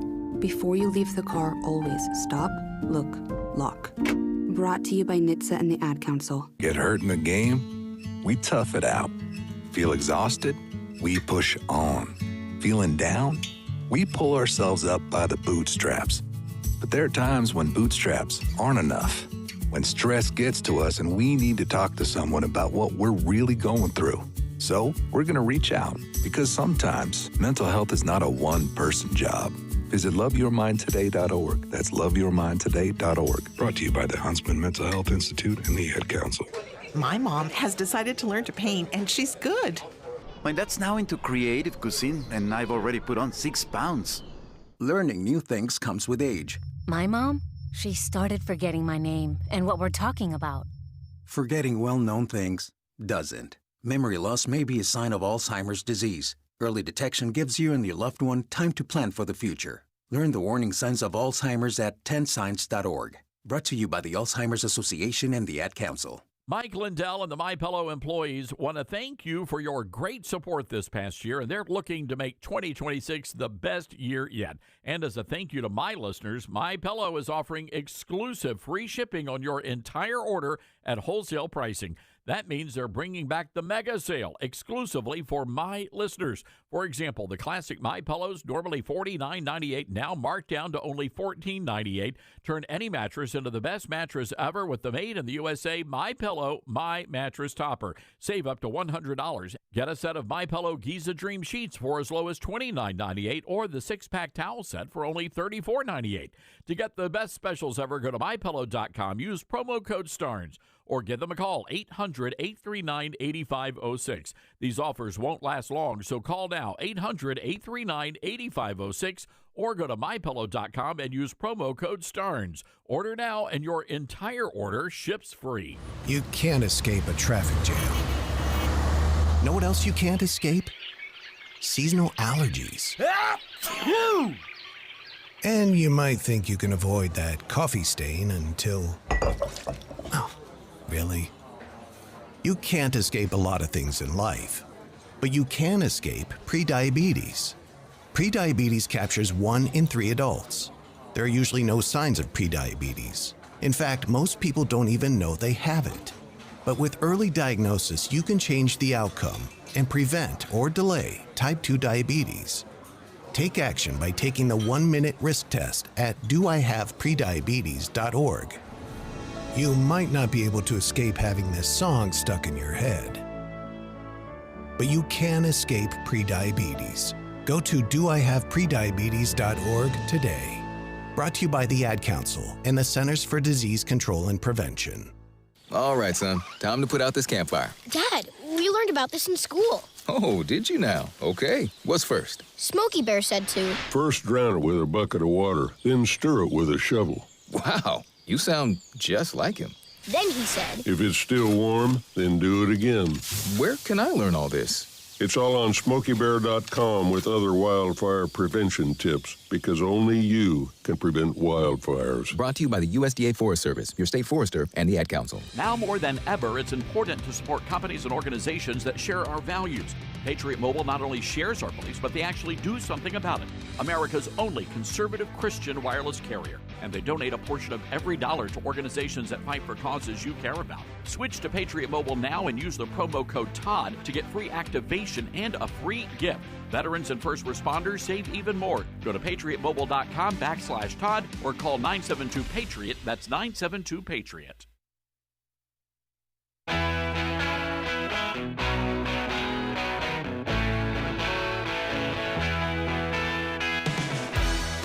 All right, welcome back to it. Todd Starnes Radio program. Andy Hooser sitting in on the home stretch here as we have a lot to speculate on for the State of the Union tonight. The bingo cards are set and the sweet tee shots are ready. And we'll have some fun with what we could expect from the State of the Union tonight. Calling out the Supreme Court, calling out Republicans, and the protests going on from the Democrats, where some say they won't even show up because they're going to hold alternative programming from the President of the United States, because apparently they hate him that much, so they're going to be that divisive on one of the most patriotic State of the Union addresses in the 250th birthday of this nation.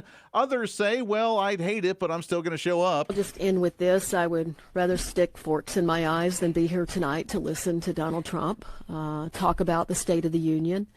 But this is the people's house, and I will not abandon the people's house. Well, as long as you stick forks in your eyes, then that would surely stop you from listening to President Donald Trump, because that makes all the sense in the world. That shows right there the IQ level of the Democrat Party. All right, 901-260-5926. Let's get your thoughts. What can you expect tonight on the State of the Union? And let's go to Murph, listening there in Germantown on the big KWAM affiliate there. Murph, what's going on, my friend? Yes, sir. Thank you for taking this call. What's on your mind? Thought you might find this interesting. This is a reflection on the current political situation in America. And I quote, "Reformers, some men of very great gifts, great wealth, whose energies are now directed in the United States to no less a task than the destruction or bodily capture of the Democratic Party and the installation in its place of a thorough and unshrinking socialist organization." That's Winston Churchill, 1909. I like that. And boy, oh boy, are those words truer now than ever before, because the socialist movement is not shrinking in any fashion. Now they've essentially hijacked the entire Democrat Party. Yes, sir. And on the other side of that coin, your previous caller, in his observation about our Republicans, he hit the nail on the head. Whenever there's a crucial issue or a vote, there's always a handful, it seems, that likes to run scared, whereas the loyal opposition, who's now in the minority, they vote A, B, and C no matter what. Yeah. And it's astounding. And this pure young lady that was talking about poking forks in her eyes, I don't know how she could look in the mirror after the voters of the United States voted in the first and second worst presidents in the history of this country, and that was former President Obama and his protege, former President Biden. So, Well, I don't know how she coming can look from- herself in the mirror at all after she pokes forks in her eyes. I mean, Well, that's true too. Well, you take care. hey, appreciate it, Murph. Thank you very much. Yeah, no, look, it's a great point. And here's the thing. We pride ourselves as Republicans for being wicked, wild, independent thinkers, right? So when people have different opinions, then we don't necessarily get mad at them because we want people to have their own individual thought. We want people to have individual ideas in the party. We don't want the lockstep because you're right. The Democrats, because of the mindset of socialism, on the road to communism, their authoritarianism that everybody should believe the same. They're the wicked, wild, independent freedom thinkers and accept everyone and tolerate everyone except as long as you don't disagree with them in some fashion. Then they have their marching orders. They get and I told you before, I mean, the DNC, the mainstream media, they have their talking points, and it's verbatim. I mean, it's sad how bad it is when they start talking, because when they get a talking point, everybody says the exact same thing. It's the same trigger word. It's the exact same phrase. And the worst one out of it, to be honest, is Adam Schiff. That new senator out of California that was the House member that led the impeachment of Trump back in the first term. Now he's the senator out there. California, you got to do better, man. I know right now polls show that there's actually a Republican that could be potentially leading the governor's race. That's kind of exciting. But you got to do better. You realize how crazy that place is. Adam Schiff is now the epitome of the puppet for the DNC and for the mainstream media. Watch his videos, because whatever the flavor talking point of the day is, like, he doesn't even change it. He doesn't make it his own. He doesn't make it unique. He literally just regurgitates it word for word, and he thinks that people are just going to go along and buy with it. So they are very much in lockstep. Now, I will say that we're starting to see that civil war. We're starting to see that riff in the party, because right now there are ones that are pulling it further and further and further to the left. You got pretty much a three-way split right now in the Democrat Party. You got the old guard, the Chuck Schumers, the Nancy Pelosi's, the Joe Bidens, those that are, yeah, we're socialists, we're going to do things behind the scenes that way, but we still talk about patriotism. We still talk about being relatable to the constituency. You know, you got Chuck Schumer out there a couple of years ago for the 4th of July, taking the selfie when he has the piece of cheese on the raw burger patty on the grill. I cook burgers just like you. Like, they really try. And they do what they can to be relatable, even though they're not. But they try to say they're generally moving in the same direction as America, while behind the scenes, they do a lot of social policies. The new form of Democrats, which is the AOCs, the Ilhan Omars, the whatever, the Radical B squad that's out there, they're openly saying just like, yeah, no, we're going to be socialist. Like, we're not even trying to hide it. We're just going to be socialist. That's just the way that we are, and that's the way that we're going to move. So now there's this tear of the Democrats, and that's why they've been so inconsistent. That's why they had to take loans out for the DNC just to run the last election, is because they don't have an identity right now, and they try really, really hard. They did the affordability talking point. That dropped off really quickly because they realized you can't talk about affordability when Joe Biden increased inflation 30% over a 4-year period cumulatively. It doesn't work that way. So they kind of dropped that one. They're focused on social programs, focusing on social issues in general, and that's not very popular, but that's what they're doing right now. And even other candidates like Gavin Newsom, the wannabe president of 2028 as well, is out there saying that we got to do something different. No doubt that the Democratic Party needs to be, dare I say, more culturally normal. I believe that. Less prone to spending disproportionate amount of time on pronouns, identity, politics, more focused on tabletop issues, things that really matter, the stacking of stress in terms of electricity bills and child care costs and health care and obviously housing costs, and how easily we get trapped in that, how I've fallen prey to that. I mean, here I was, way out front on marriage equality, so I understand this from both on the receiving end of this. All right, so yeah, Gavin Newsom, he's trying to sound relatable. He's trying to sound middle of the road. He's really not, but that's his approach, and it's honestly a smart approach.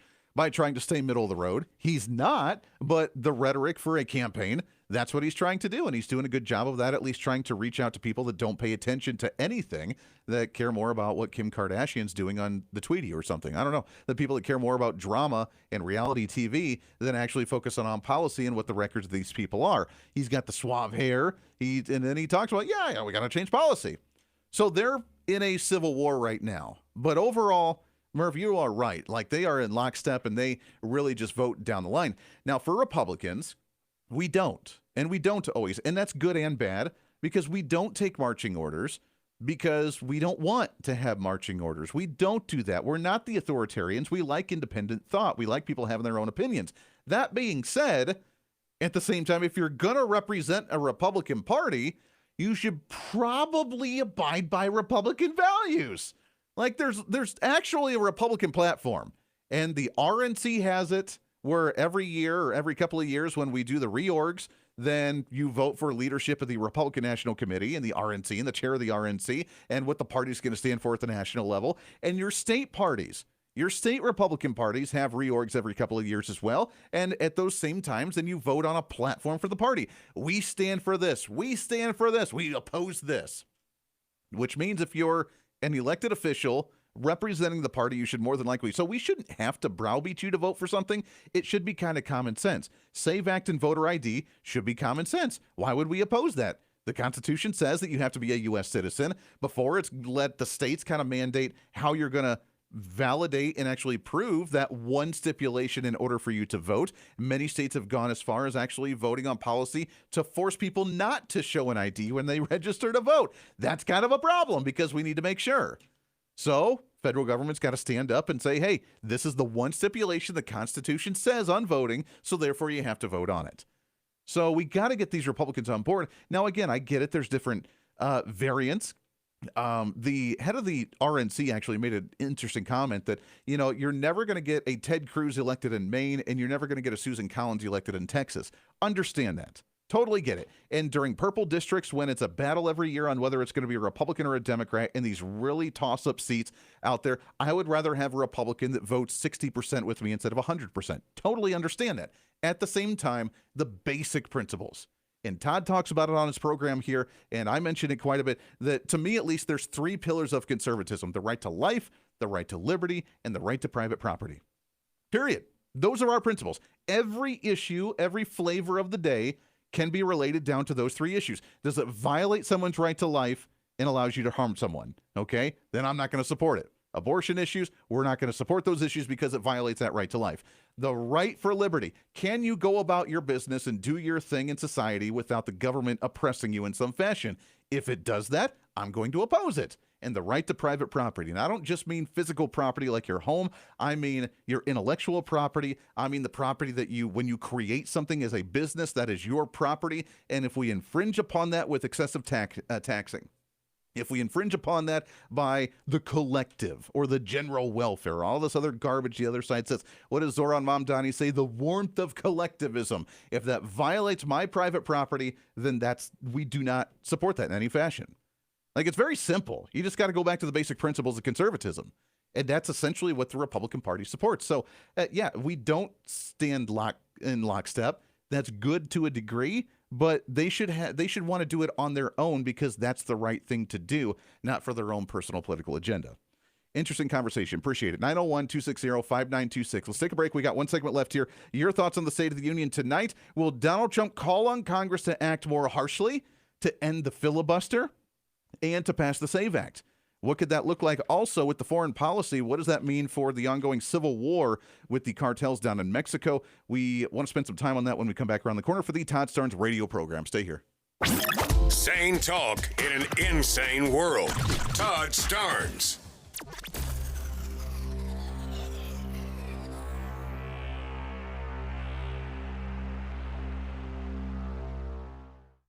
Mike Lindell and the MyPillow employees want to thank you for your great support this past year, and they're looking to make 2026 the best year yet. And as a thank you to my listeners, MyPillow is offering exclusive free shipping on your entire order at wholesale pricing.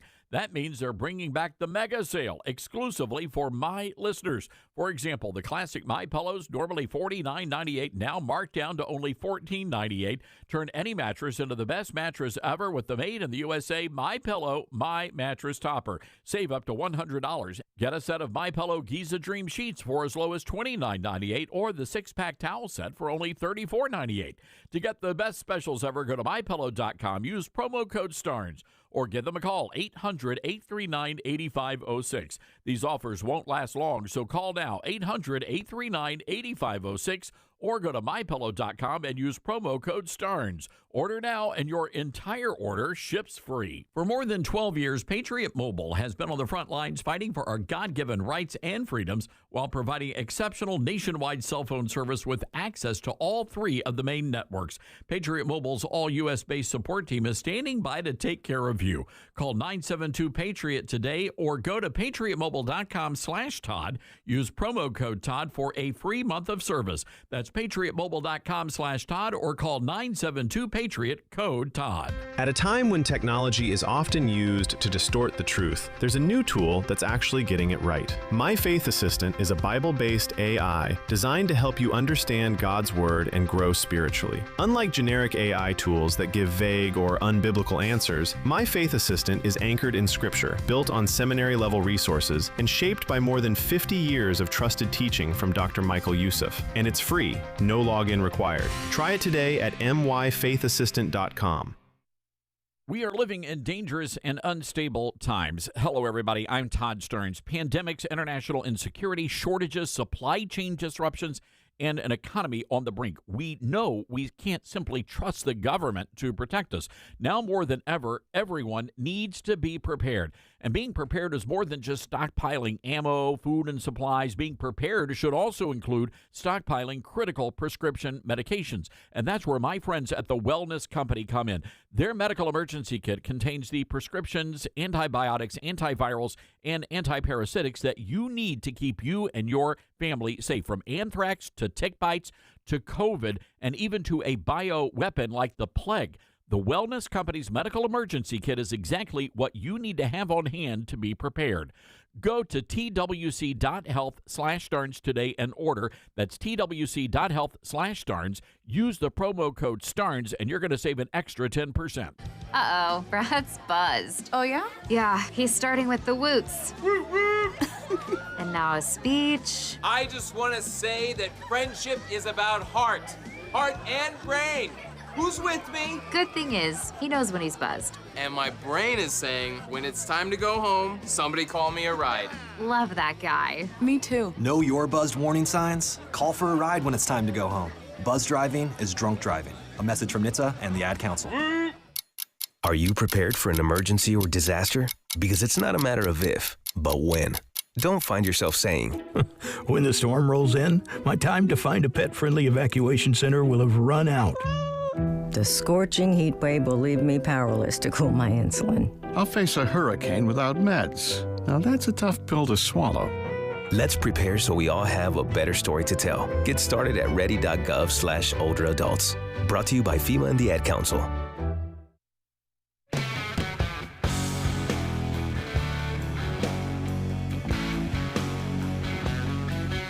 Welcome back to it. We got just a few minutes left here on the Todd Starnes radio program for your pregame show for the State of the Union 2026. We'll get back to that in a moment. Take your phone calls at 901-260-5926. First, I want to tell you about a new romantic comedy that's out there that's actually funny, uplifting, and safe to enjoy with the entire family. That's hard to find nowadays, and you could do it with Angel Studios, where they've done something really special with the new movie Solo Mio, a film that provides Hollywood that proves that Hollywood can still tell a great love story without the crudeness or the compromise in the content. The movie set in beautiful Italia, and you got to say it that way, with stunning scenery that feels like a breath of fresh air. Kevin James delivering big laughs in the real heart, with Jonathan Roumie bringing the surprise and delightful performance that audiences are going to love. In a world filled with nonstop bad news, it's refreshing to just sit down and watch a movie that leaves you smiling. It's wholesome entertainment that you can feel good about and enjoy supporting as well. Right now, when you become a premium member of the Angel Guild, you'll receive 2 free tickets to go see Solo Mio in theaters that came out on February 6th. Grab your spouse, grab your sweetheart, or grab your entire family, and let's support the stories that help celebrate humor, hope, and love. Go to angel.com/Starnes, angel.com/Starnes to sign up and get your tickets today. All right, 901-260-5926. If you want to jump on here for just a moment in the last few minutes that we have, one of the things probably more than likely going to be addressed at the State of the Union tonight is, of course, the ongoing issue, the civil war that we're seeing really down in Mexico with the cartels. And if you've been living under a rock and don't know what's going on, we've seen one of the heads of a cartel, along with his son, be killed by the Mexican government. Now, you can speculate on why that one and what's going on, but it was one of the largest cartels in the nation. The intel was provided by U.S. intelligence, and now we see this craziness. And they're targeting U.S. citizens. They're targeting touristy areas. They were shooting up the airport in Guadalajara. Like, this is insane to watch some of this lash out, and it should be a reminder for us of, number one, why immigration policy and protecting us from this type of behavior is so important here in the United States, because it is our neighbor. It is just south of us here. But also on the Second Amendment issue, right? I mean, we wouldn't be allowed to allow cartels to run rampant that way because we have firearms. If the citizens of Mexico actually had firearms, they'd be able to actually protect themselves, because right now the Mexican cartels have military-grade weapons, armored vehicles, quote-unquote, assault rifles. I mean, they are just as armored up as what the actual military is in the nation of Mexico, and it's been going on for a very long time. But imagine this, and this goes into the speech for President Donald Trump tonight, as he talks about the 250th birthday, as he talks about patriotism. He talks about keeping America safe and the America First agenda. While this is technically foreign policy, this is our next door neighbor. And while we're focusing on the Western Hemisphere right now, just imagine as we are boiling this insanity up to the surface of society, and they're all lashing out. We've been able to arrest Nicolas Maduro. We've put pressure on Cuba after they tried to taunt us and be like, oh, you're not going to do that to us. Like, what do? We cut them off. And now they're struggling even more so than already before with no power and no food. And they're struggling down there in Cuba because they think that they want to put up a wall and fight against the United States because it's a rage against communism. Now we have the cartels that are finally lashing out after intel from the U.S. for President Sheinbaum, who's the president of Mexico, that originally said that they're not going to start issues with the cartels. Probably because she's paid off on them. I mean, there was, 30 people that ran for president and 20 of them died? Yeah, you know that she's probably handpicked by at least one of the cartels in some fashion. But now the Trump administration, signing an executive order just over a year ago now, has said that the cartels are now international terrorist organizations. And putting pressure not just on places like Venezuela, not putting pressure on places like the Dominican Republic or Cuba or other areas, but putting pressure on Mexico. And just saying, we're not going to deal with this anymore. It's on our border. We're getting human trafficking, gun trafficking, fentanyl trafficking, drug trafficking, and we're not going to tolerate this kind of behavior any longer, and finally put pressure on them to do something about it. And now it's opened up the can of worms. And in fact, I've been reading a lot of posts on social media that Democrats are really angry. The people wouldn't be dying if Donald Trump didn't tell Mexico to do this. But at the same time, what would you rather have? Would you rather have this done to where we could actually cleanse or rid ourselves of insane cartels? Or would you rather just allow them to keep doing their thing? The beheadings, the murders. Why do you think there are so many Hispanics and Mexicans that try to come to the United States? For those that don't know, the radio station I work at here, we have a Spanish station that's actually right below the studio that I'm at right now. Both of the people that work there have their green cards, and they came here from the United States. Their family came here from Mexico because they were getting away from the cartels. That's the population that's been so excited for Donald Trump to close down the border, because they don't want what happened in Mexico to happen here in the United States. And it's about time we start addressing this. And Donald Trump, I know, is going to mention it. I don't know how much of an involvement that he's going to have or that he's going to call to have. President Sheinbaum in Mexico has said that if the United States places military in Mexico, that having U.S. soldiers on their soil would be a declaration of war. That was her statement a year ago. But now that things are going on, that tone may have changed just a little bit. And can you imagine the success and the wins that Donald Trump's going to have when he says, we got rid of a cartel member in Venezuela with Maduro, we're putting pressure on Cuba and their communism's going to collapse, and we're getting rid of the cartels in Mexico to make our hemisphere safe and to make America safe with our people that are neighbors around us. If we start getting rid of that stuff, can you imagine the wins Donald Trump's going to have? Again, most productive administration that we've seen in the past century, and I'm excited for it. I will be back again tomorrow to recap your State of the Union. Until then, enjoy your game for the State of the Union tonight. We'll be back here on the radio for the Todd Starnes Radio Show. We'll see you then. Bye.